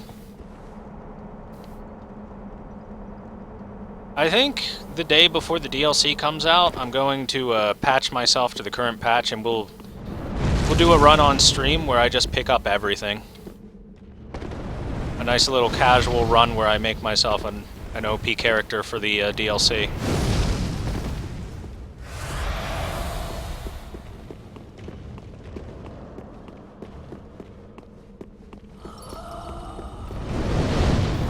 Alright, so for anyone that may not have ever seen it before, we're about to go fight Yorm without the Storm Ruler. Or for anyone that's never seen the Yorm fight at all, you're supposed to fight him with a Gimmick weapon that does like 6,000 damage and staggers him when you hit him. We're gonna fight him for reals with our weapon, because I like to. Because memes. Alright, Yorm, come on, buddy. So, in order to do so, we want to bait out that attack and smack him in the face. Ooh, that's not the face. That's actually pretty heavy damage for hitting his shoulder. R2? R2 will hit him in the face, alrighty. You just need to R2 him. Oops.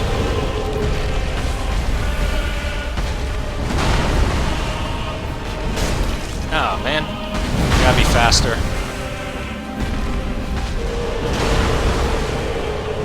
There we go, staggered him. And that allows you to do this.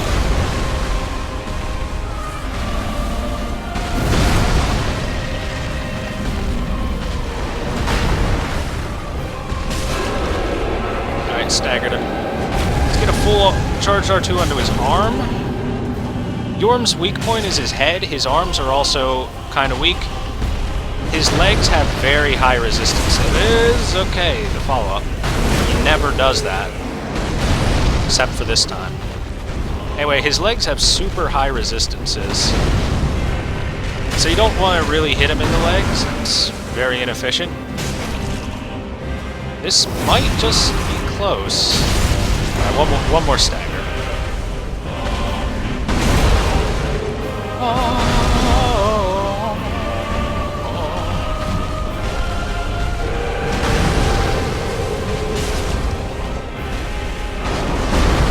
Also, as a cool bit of trivia, the more often you stagger him, the easier he becomes to stagger. Later, fucker! Get wrecked.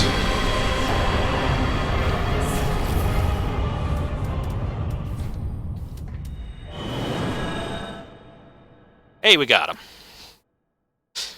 We got him.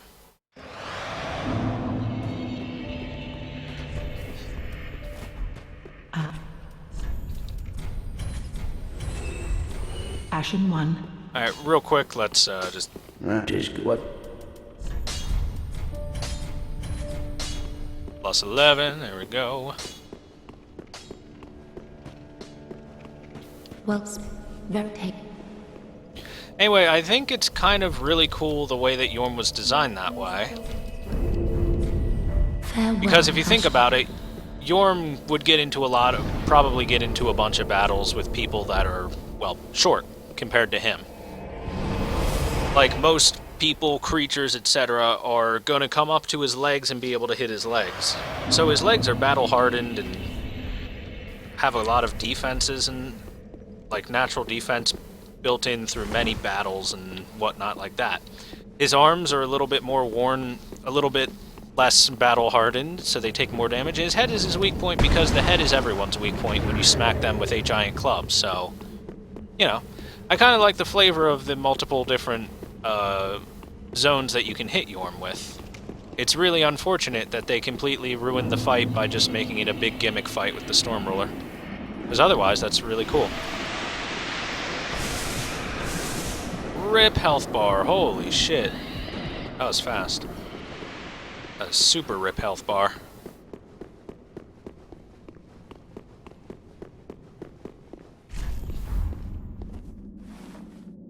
There we go. Can you show maybe some builds and good weapons for if I do a playthrough? Yeah, totally. That's the point, is I'm going to pick up just about everything in the game for a playthrough and do all of the different side quests and stuff, and so show off some different builds. Because I think it would be fun to just casually play through the game again. Well, somewhat casually.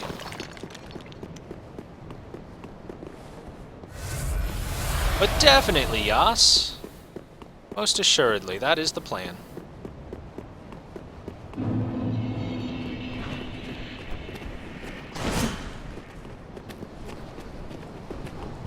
All the Giant Lord fights were ruined. They could have been better.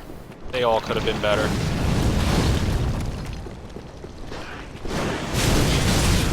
Fucking wombo combo.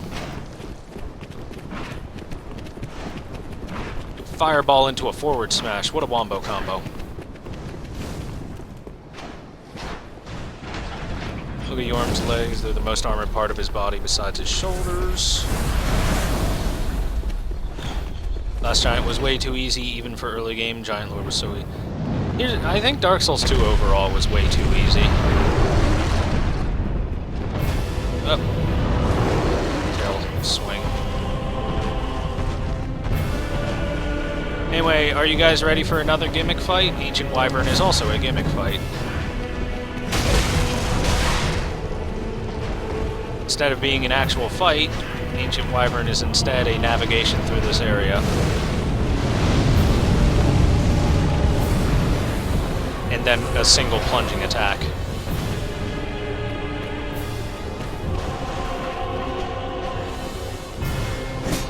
Which, I mean, whatever.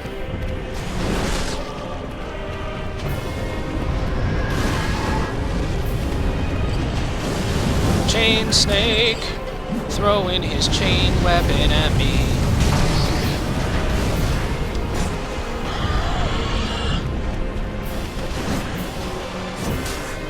Nice, Chain Snake's way the fuck over there. We're good to go.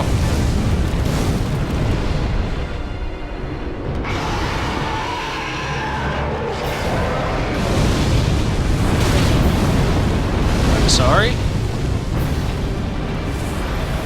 It's not supposed to happen. One punch!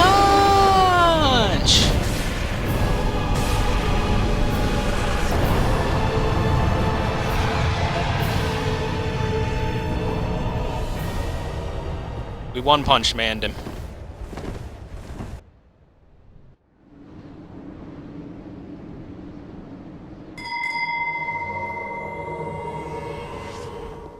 casually play through DS1 with as much PvP and co-op as possible for the return of Lordron. Probably even stream it. Nice!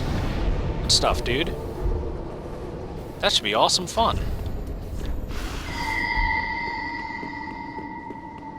I like the fact Yorm is the descendant of a Giant Lord, yet Giant Lord doesn't have a favorite. A fave, yet Yorm does. It's like they totally forgot the way the DS2 Giant looked. Or a face. That's what you mean.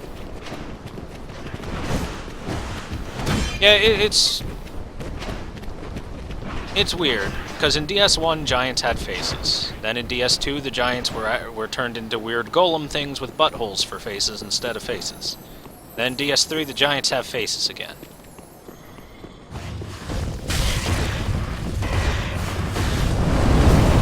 Roly-poly monsters. I was early.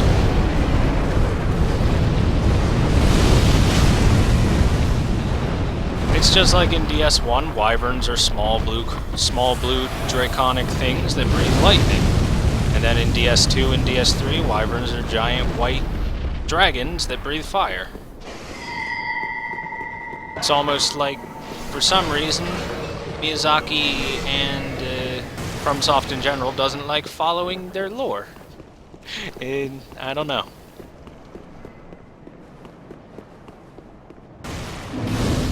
Eight people in DS1 who create a PvP character with cheat engine. Oh, yeah. Yep. No, cheat engine is really bad when you use it when it's being used for like PvP and cheating and stuff. I think cheat engine's like perfectly fine to exist and stuff. I personally like cheat engine because it allows me to, well, do these meme runs, and for one thing. In addition to that, cheat engine can allow you to fly through the world and look at stuff for fun. It's got a lot of different applications to it. And it's a pretty cool little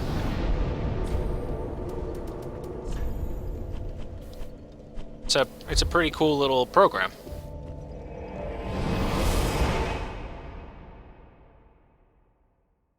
But as always, there's always going to be someone out there to fuck it up.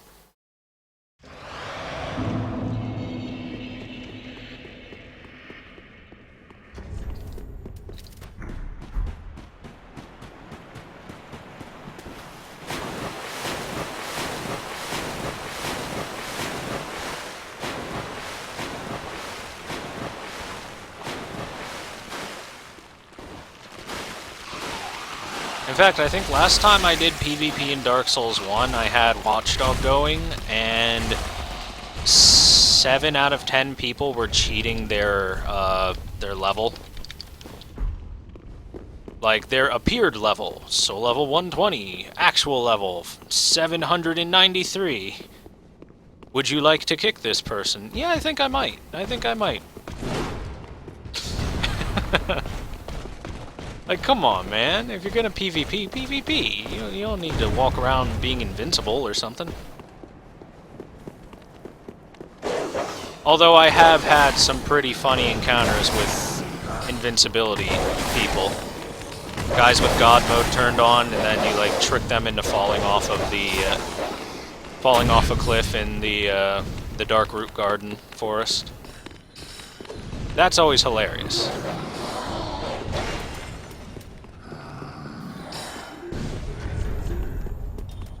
Get our big dumb weapon on.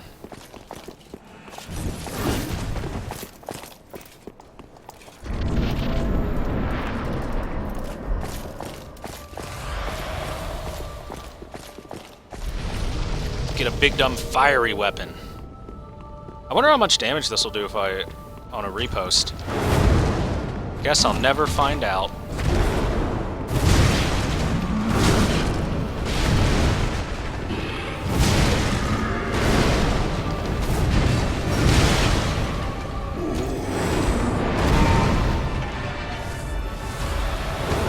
Can't parry that. Come on, give me an attack I can parry, asshole.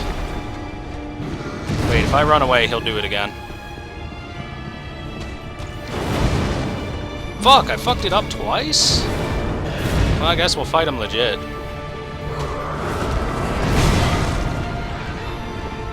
Come on, man. Charge me. Do it. Do it. No balls.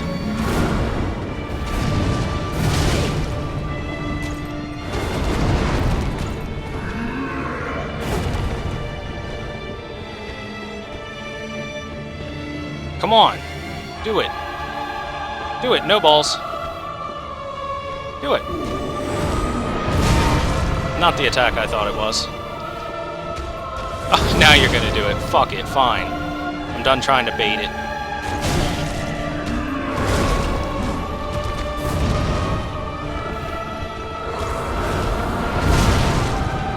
You know what? I should probably just start fighting him normally.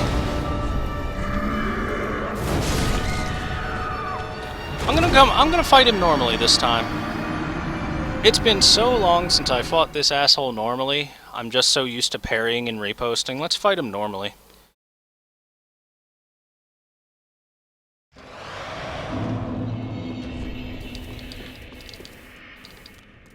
Whoops.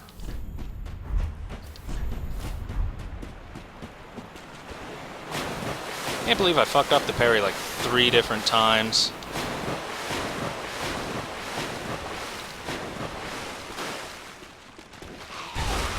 It's not even a hard parry.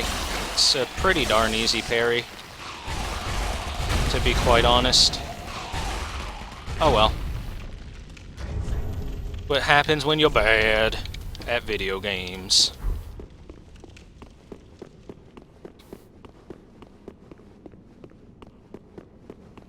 To be quite honest, Pontiff's not that hard if you just stay in his face and fight him. The only time Pontiff ever gets legitimately difficult is when you try to run away from him. And honestly, that's kind of how most of the bosses work in this game, is that when you're close to them, they're easy as hell, and when you try to run away from them and keep distance, they're difficult because their gap-closing attacks are way better than their in-your-face attacks.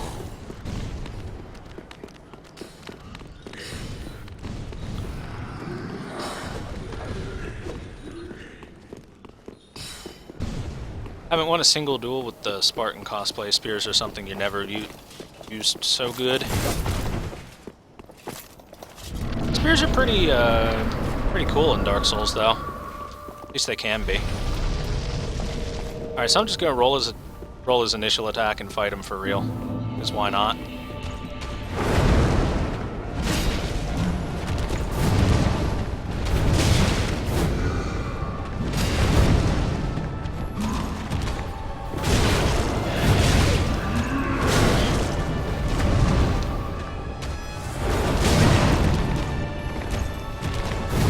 Yeah, see? I'm trying to back away, and look how much faster he is. Look how much... His attacks are faster when you hold backwards. His movements are quicker when you try and go back. And all that. When the game starts reading your inputs, and your input is to go backwards, that's when enemies start actually getting pretty darn difficult, or bosses. Because when I was close to Pontiff, you notice he had 4 out of 5 swings just absolutely missed me. Easy as hell to dodge, very slow and stuff like that. The second I try to run away and he uses a gap closer like that forward thrust attack, it's faster than any other attack he has up close. It's almost instant, there's very little time to react to it. And it covers a whole lot of distance. And then after a gap closer, rather than... After a gap-closing attack, he follows through with, like, 4 more attacks. That's why a lot of people think Bloodborne is difficult, and why some people think DS3 is difficult, is because of that same exact reason. When really, the game's not that hard. It just cheats, basically. It's designed to cheat.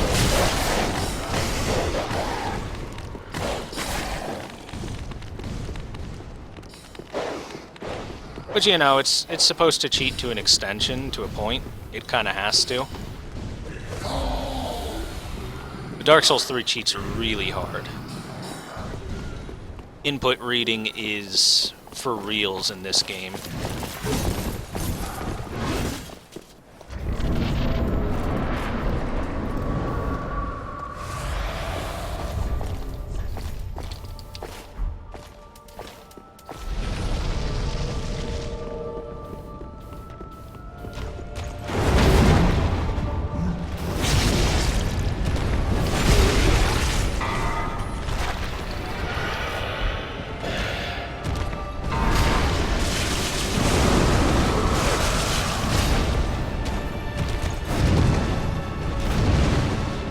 Yeah, look at those attacks when I hold forward. They're so much easier to deal with.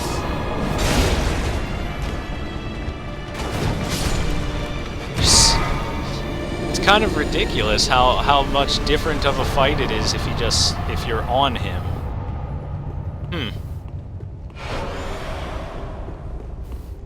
Oh well. Alright, we dicked around with Pontiff for a little bit. Probably lost some time. Almost guaranteed lost some time.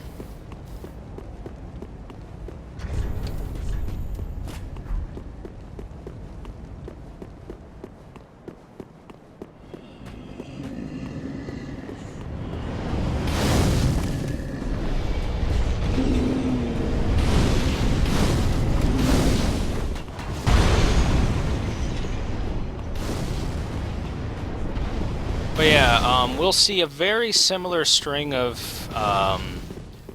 it's quite honestly boss manipulation.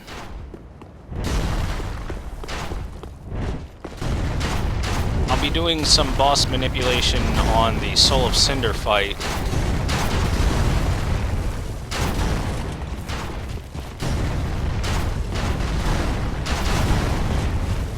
Because truth of the matter is that the Soul of Cinder fight is very, very difficult if you play it defensively, and if you aren't just right on top of the boss.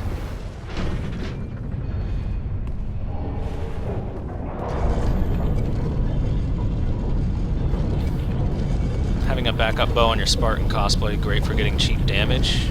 Oh yeah, definitely. Playing cheap is what Dark Souls PvP is all about. Being a cheap asshole.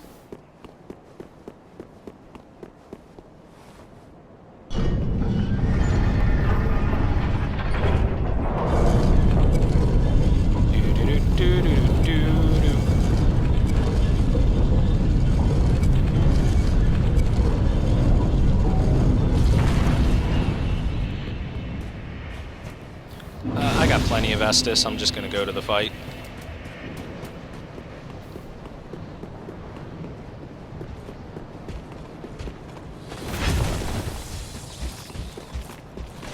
I'm just gonna go to the fight.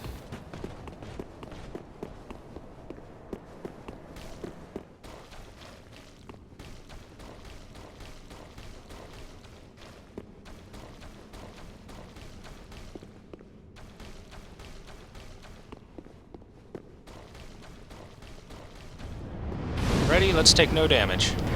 No damage. Did you know you can take no damage from that drop?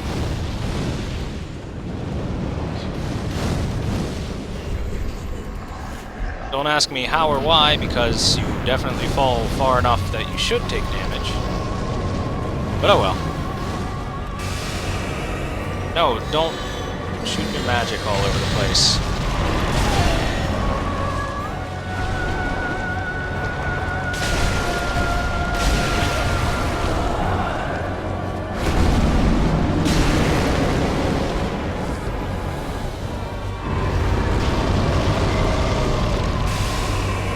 God damn it. Come on. Come on, Aldrich.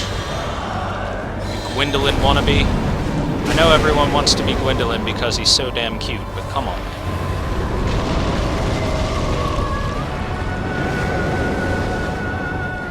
Just the instant teleport. Phase 2 then. Yep.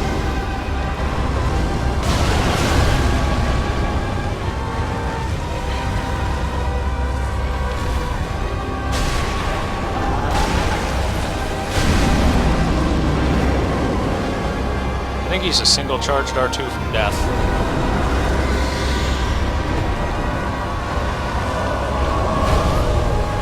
How'd that miss? Come here, bitch. Charged R2.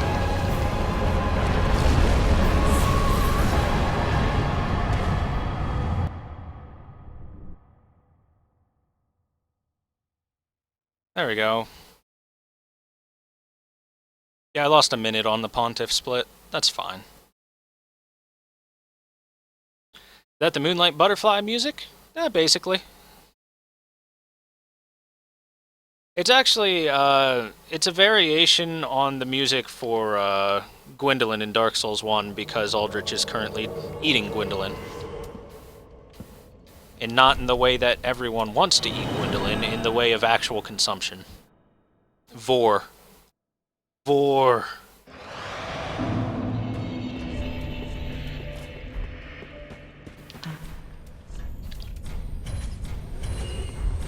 Ashen 1. Well, very the case.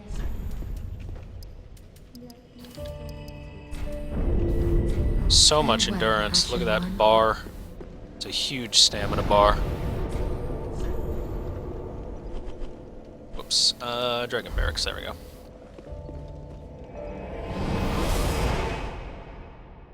Aldrich ate my trap waifu. He must die. I agree. Man, Aldrich is the biggest asshole. He just went out and fucking ruined Anne Orlando.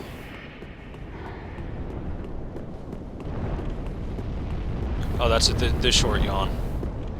That's the short yawn. Give me the long yawn, both of you. Come on. Do it. Mr. Silver? Alright, that's good enough. Not exactly the longest of yawns, but we'll be there.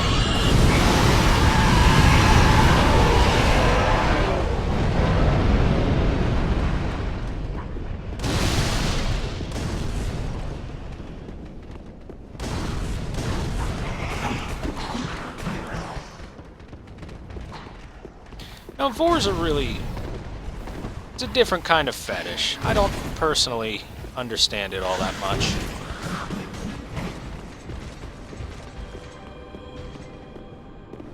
Not gonna bash it either, it's just different.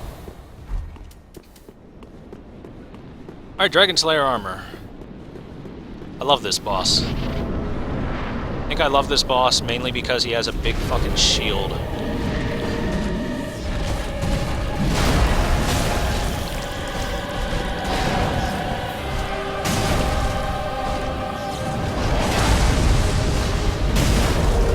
Oh wow, that was fast.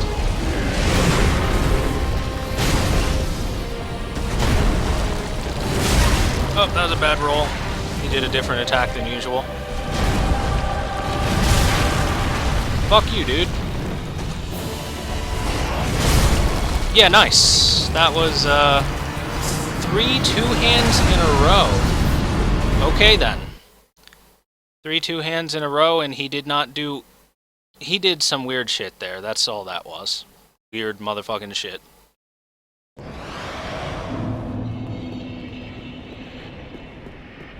We'll just write that off as bad luck and move along. Alright, I need Mr. Silver to start yawning too. Come on, guys. Aren't you tired? There we go. Rattlesnake is now hosting me. Oh god, and here I am fucking everything over. There I go. Oh, that was interesting. That was a short yawn. Hey, what's up, Rattlesnakey? Welcome. Good to see you, man. How you doing? Anyway, as I was trying to say before Dragon Slayer Armor did some shit that he never does. I like Dragon Slayer Armor so much because he feels the most like a Dark Souls boss rather than Randomix, who's just now following. Randomix, thanks so much for supporting the channel with a follow. Welcome, dude. Glad to have you here.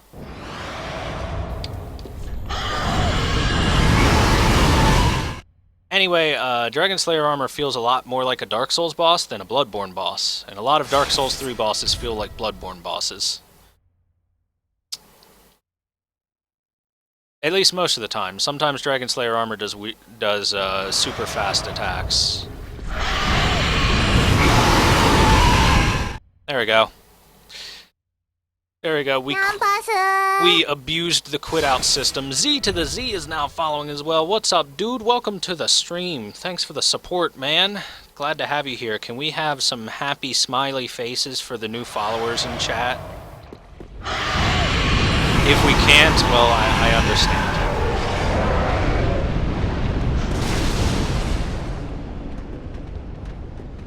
You're tired, so you ended your stream and forced them to my shitty stream. Awesome.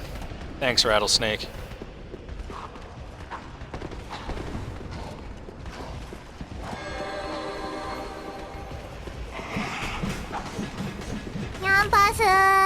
Oh, Tama Miyuki is now following as well. Thank you so much for the follow. We're about to go get our asses kicked by Dragon Slayer armor one more time, so thanks for the support. I need the moral support. I have an extra Pale Pine resin, so we're fine. Alright, don't do weird shit this time, dude.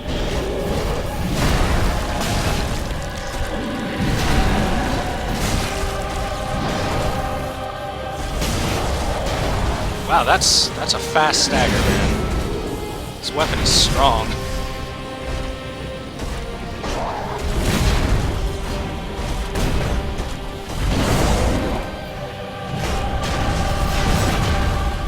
No follow-up, okay. This weapon's so slow, he's dodging it so much.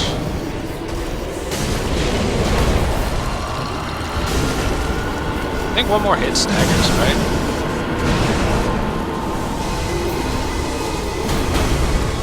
What? I can do that with this weapon?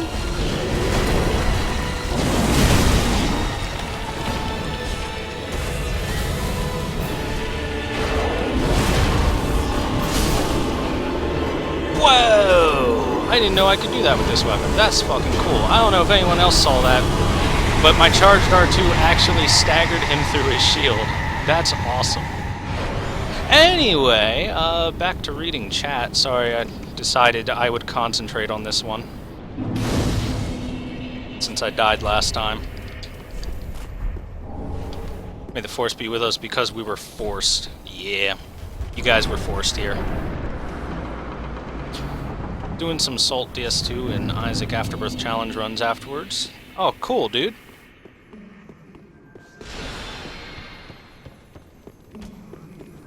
How's the Isaac runs going? Hopefully, good luck was on your side. Let's go ahead and take this weapon off because it's so damn heavy.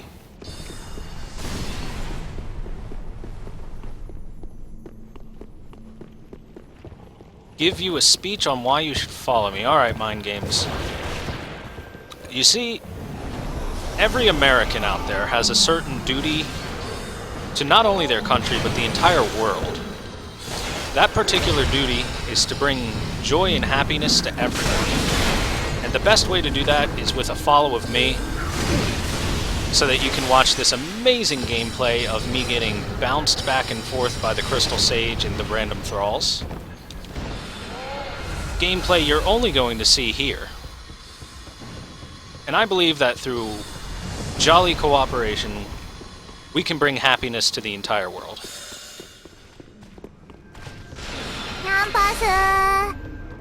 Sold the second you heard America. Awesome. Mind Games is now following. Thank you so much for the follow, Mind Games, and the support. Glad to have you here. I hope you're enjoying the show. He's finished? He's American now. He just followed. Welcome to America.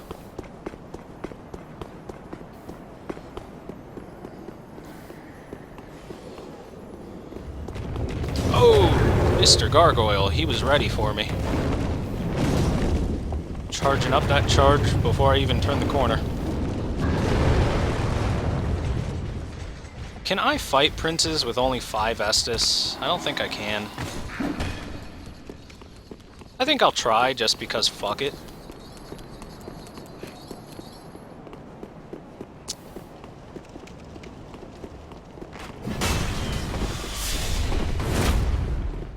I like to do stupid things, and fighting princes with 5 Estus and a fat, heavy weapon is really stupid.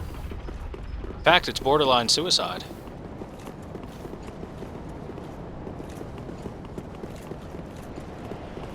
Do-do-do-do-do. Make America Finland again.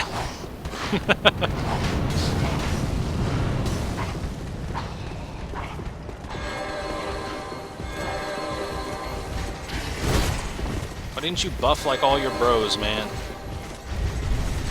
Let's quit out and get rid of all the buff bros. Follower is a kawaii anime girl, but the following makes people American. No controversy there. Look, the true heart of America is to welcome all cultures of the world together. That's how you know I'm a true American. I love everyone equally. Except for those filthy fucking Mexicans that need to stay on their side of the wall. Trump was right. I'm just kidding. I don't know if Trump was ever right about anything in his entire life. Ah! Don't hit me, bro. Ow.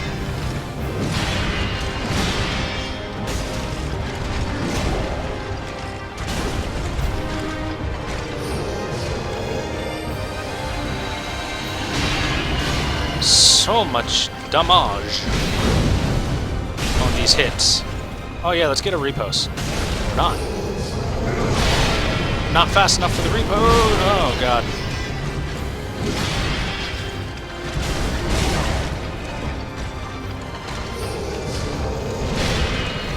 Yeah, trading hits is not cool. Kind of a necessary evil with this weapon, though.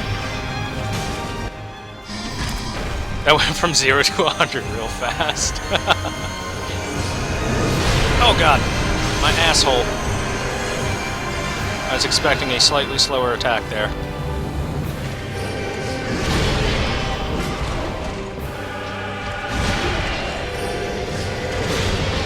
Alright, I need you to do an attack there, buddy. There you go.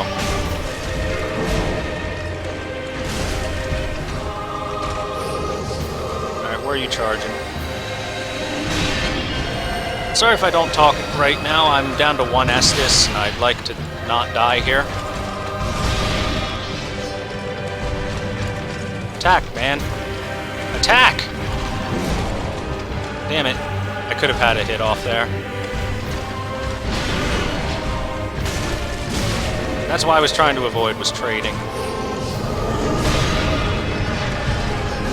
Well, rip Estus. Who needs it anyway? Health is for losers. Health is for losers that win the game when I don't. Oh, Jesus. This weapon is so slow. Weapon is so slow.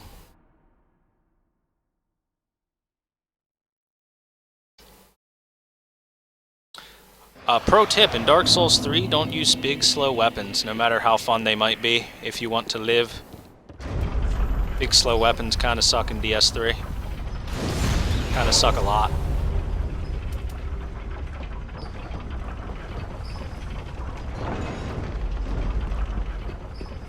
Oh well, we'll go in there with 11 Estus now.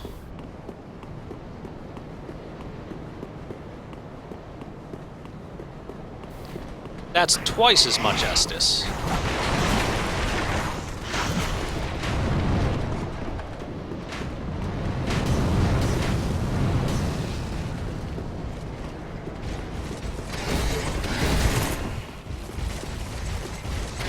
Everyone wants a piece this time around. All right.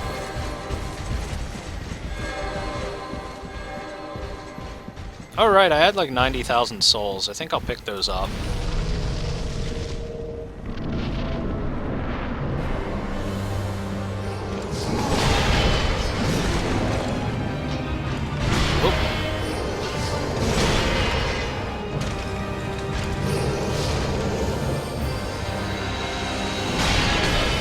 Excuse me?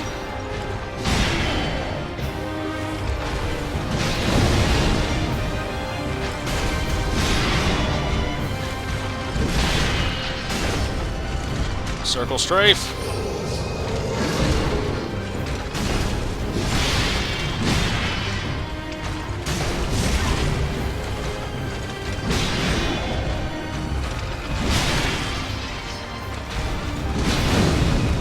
There's that input reading for earlier. Oh, there we go. Repost. How much? 1,100. That's it. It's less than I was expecting. Alright, this will be phase 2. Let's just be smart about this time.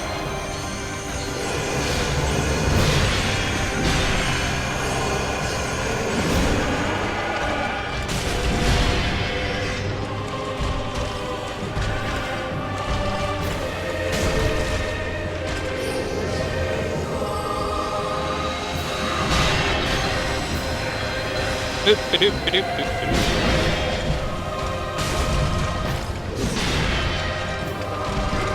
Should be, yep. Empty teleport. The empty teleport with no follow-up is always interesting.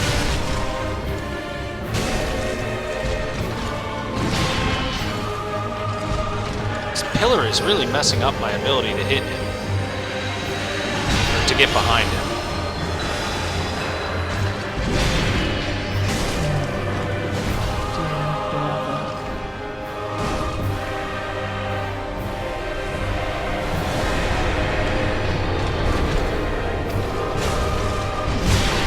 Oh no. The ability isn't Warcry, it's Smo's hammer ability. Poise. Damn. Damn it! Yaoi. Yes, yaoi is homosexuality.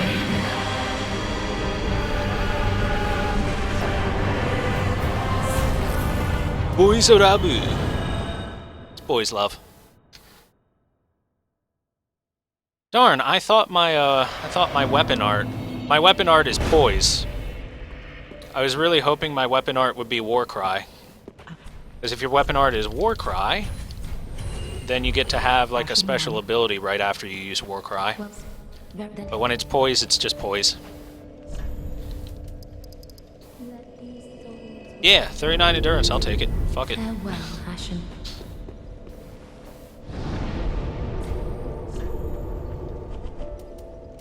This is the most endurance I've had on a Dark Souls 3 speed run in a long time.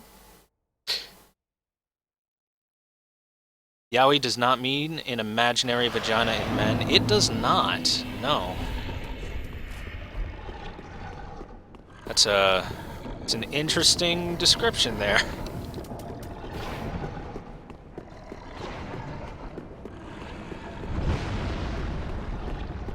Alright, old Demon King should be a pretty funny fight. I think this will be great.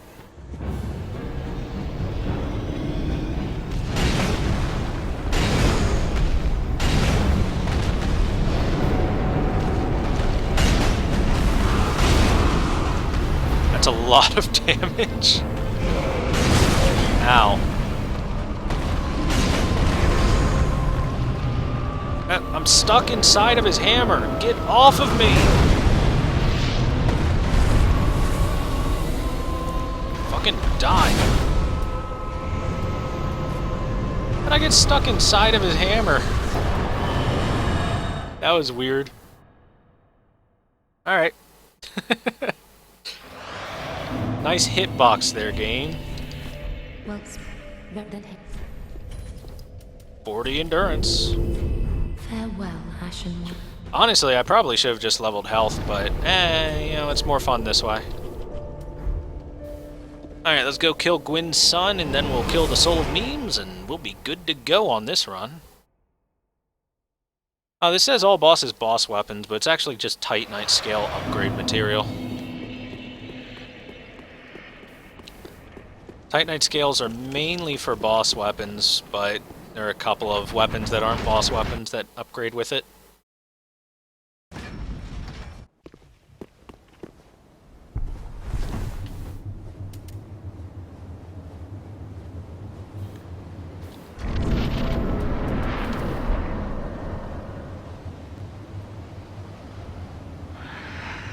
don't think fire does a whole lot in this phase, but we'll use it anyway.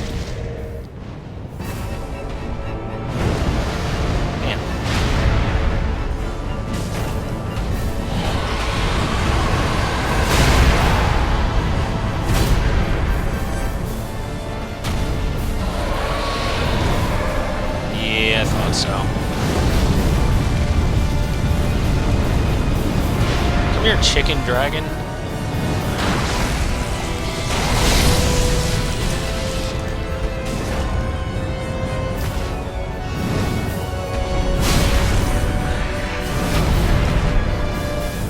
I take a lot of damage. There we go, okay, cool.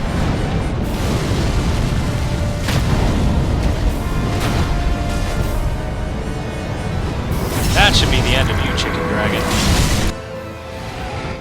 Alright, -1 chicken dragon.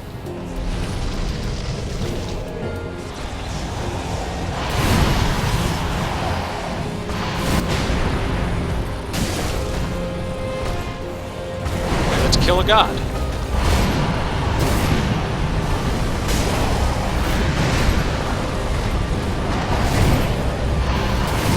Some aggressive attacking there, Mr.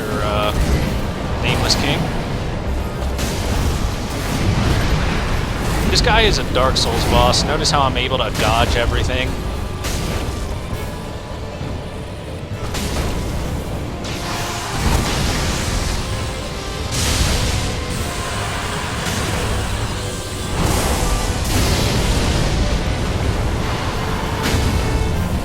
Alright, he should be dead here. No? Okay. Uncharged R2 later.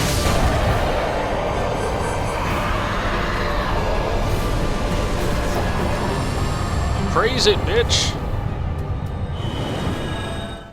Alright. That was a pretty decent fight.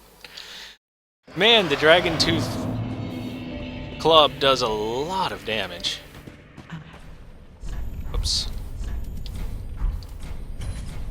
This weapon does a lot of damage. Well, then I guess it has to. It's slow as piss. farewell, Ashen. Okay, whatever souls I have left, let's just invest them in pine resins. Pine resins out the ass. Alright, cool. Ashen 1.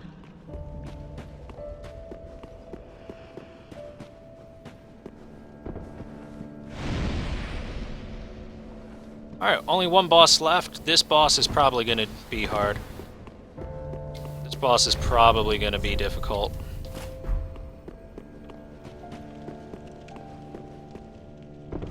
You get it? No. Yep, yeah, got the animation skip. Nice. Didn't get that one. Fudge. How do you do the animation skip? You have to hit the button on the same frame that you're falling off of the area. Like off of the throne. Let's see, we should be able to... That was almost an animation skip, close enough. But anyway, if you press A, X, whatever your controller is, if you hit the button to put the soul onto the throne on pretty much the same frame that you're about to fall, then you'll be able to put it on while falling. And that's animation skipping for that. You can do the same thing like picking up items on ledges and stuff like that. It's just a timing thing.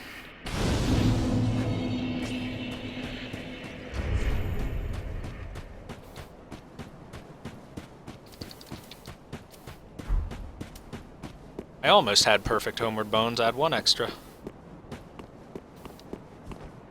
Alright, so Soul of Cinder is going to be significantly harder than Nameless King. Nameless King didn't really hurt me. Soul of Cinder is going to make my life misery and pain.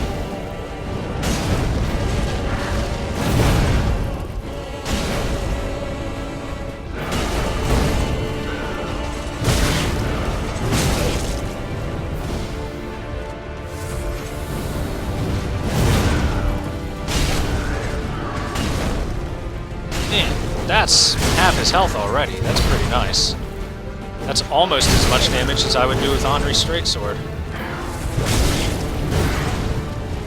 Almost.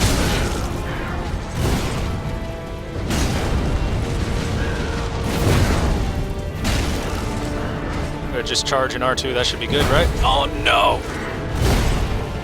Do it again!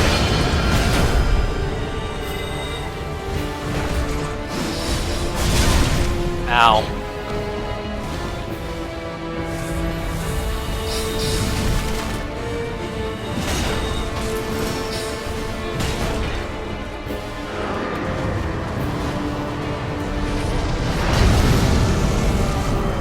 All right.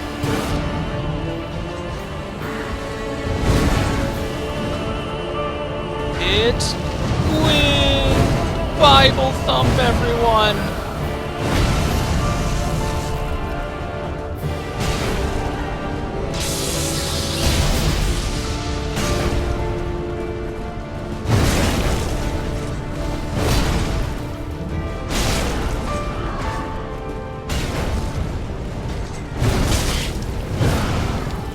Stop lagging.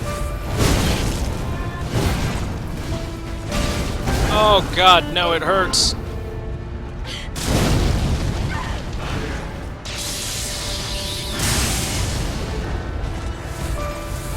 Yeah, you do that.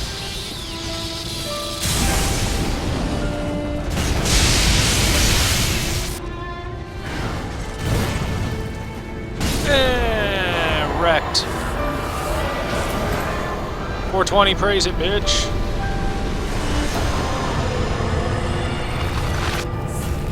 Let us assume our final form. We are a tombstone. Hey! That's Dark Souls 3. Alright, chat. Anytime we do a meme run and we get to the end of Dark Souls 3 and I summon the Firekeeper in, some of you know the drill, but I want you guys to decide what happens at the end of the game. Are we going to have Firekeeper become our wife in the darkness, or are we going to put our feet onto her face? The German toaster is now following because he is interested in seeing the Firekeeper get foot in face. Anyway, thank you so much, German Toaster, for the follow and the support, dude. I hope you're enjoying the show so far. See, look, German Toaster wants foot in face. Cast your votes now. The winning vote gets to decide the fate of the Firekeeper.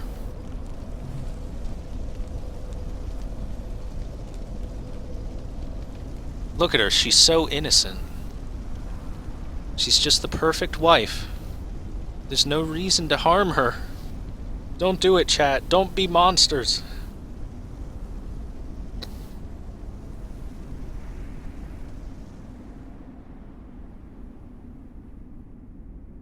The first flame quickly fades. So many faced votes. Darkness will shortly settle. By the way, we turned ourselves into a tombstone before summoning her so that we could be a tombstone in the cutscene.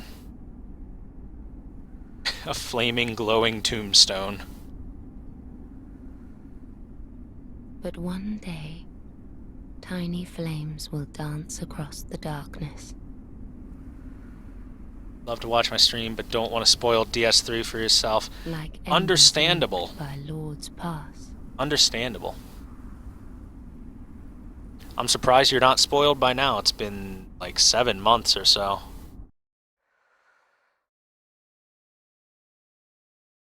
By the way, while I'm a tombstone, I can move around.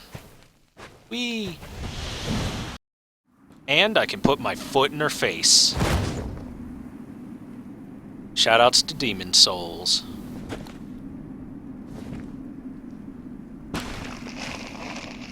Oh yeah.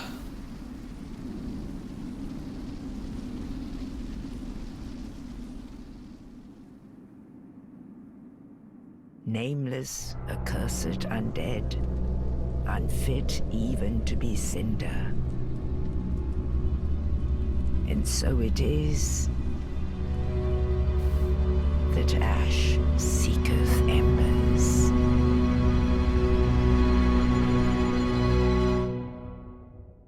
We did it!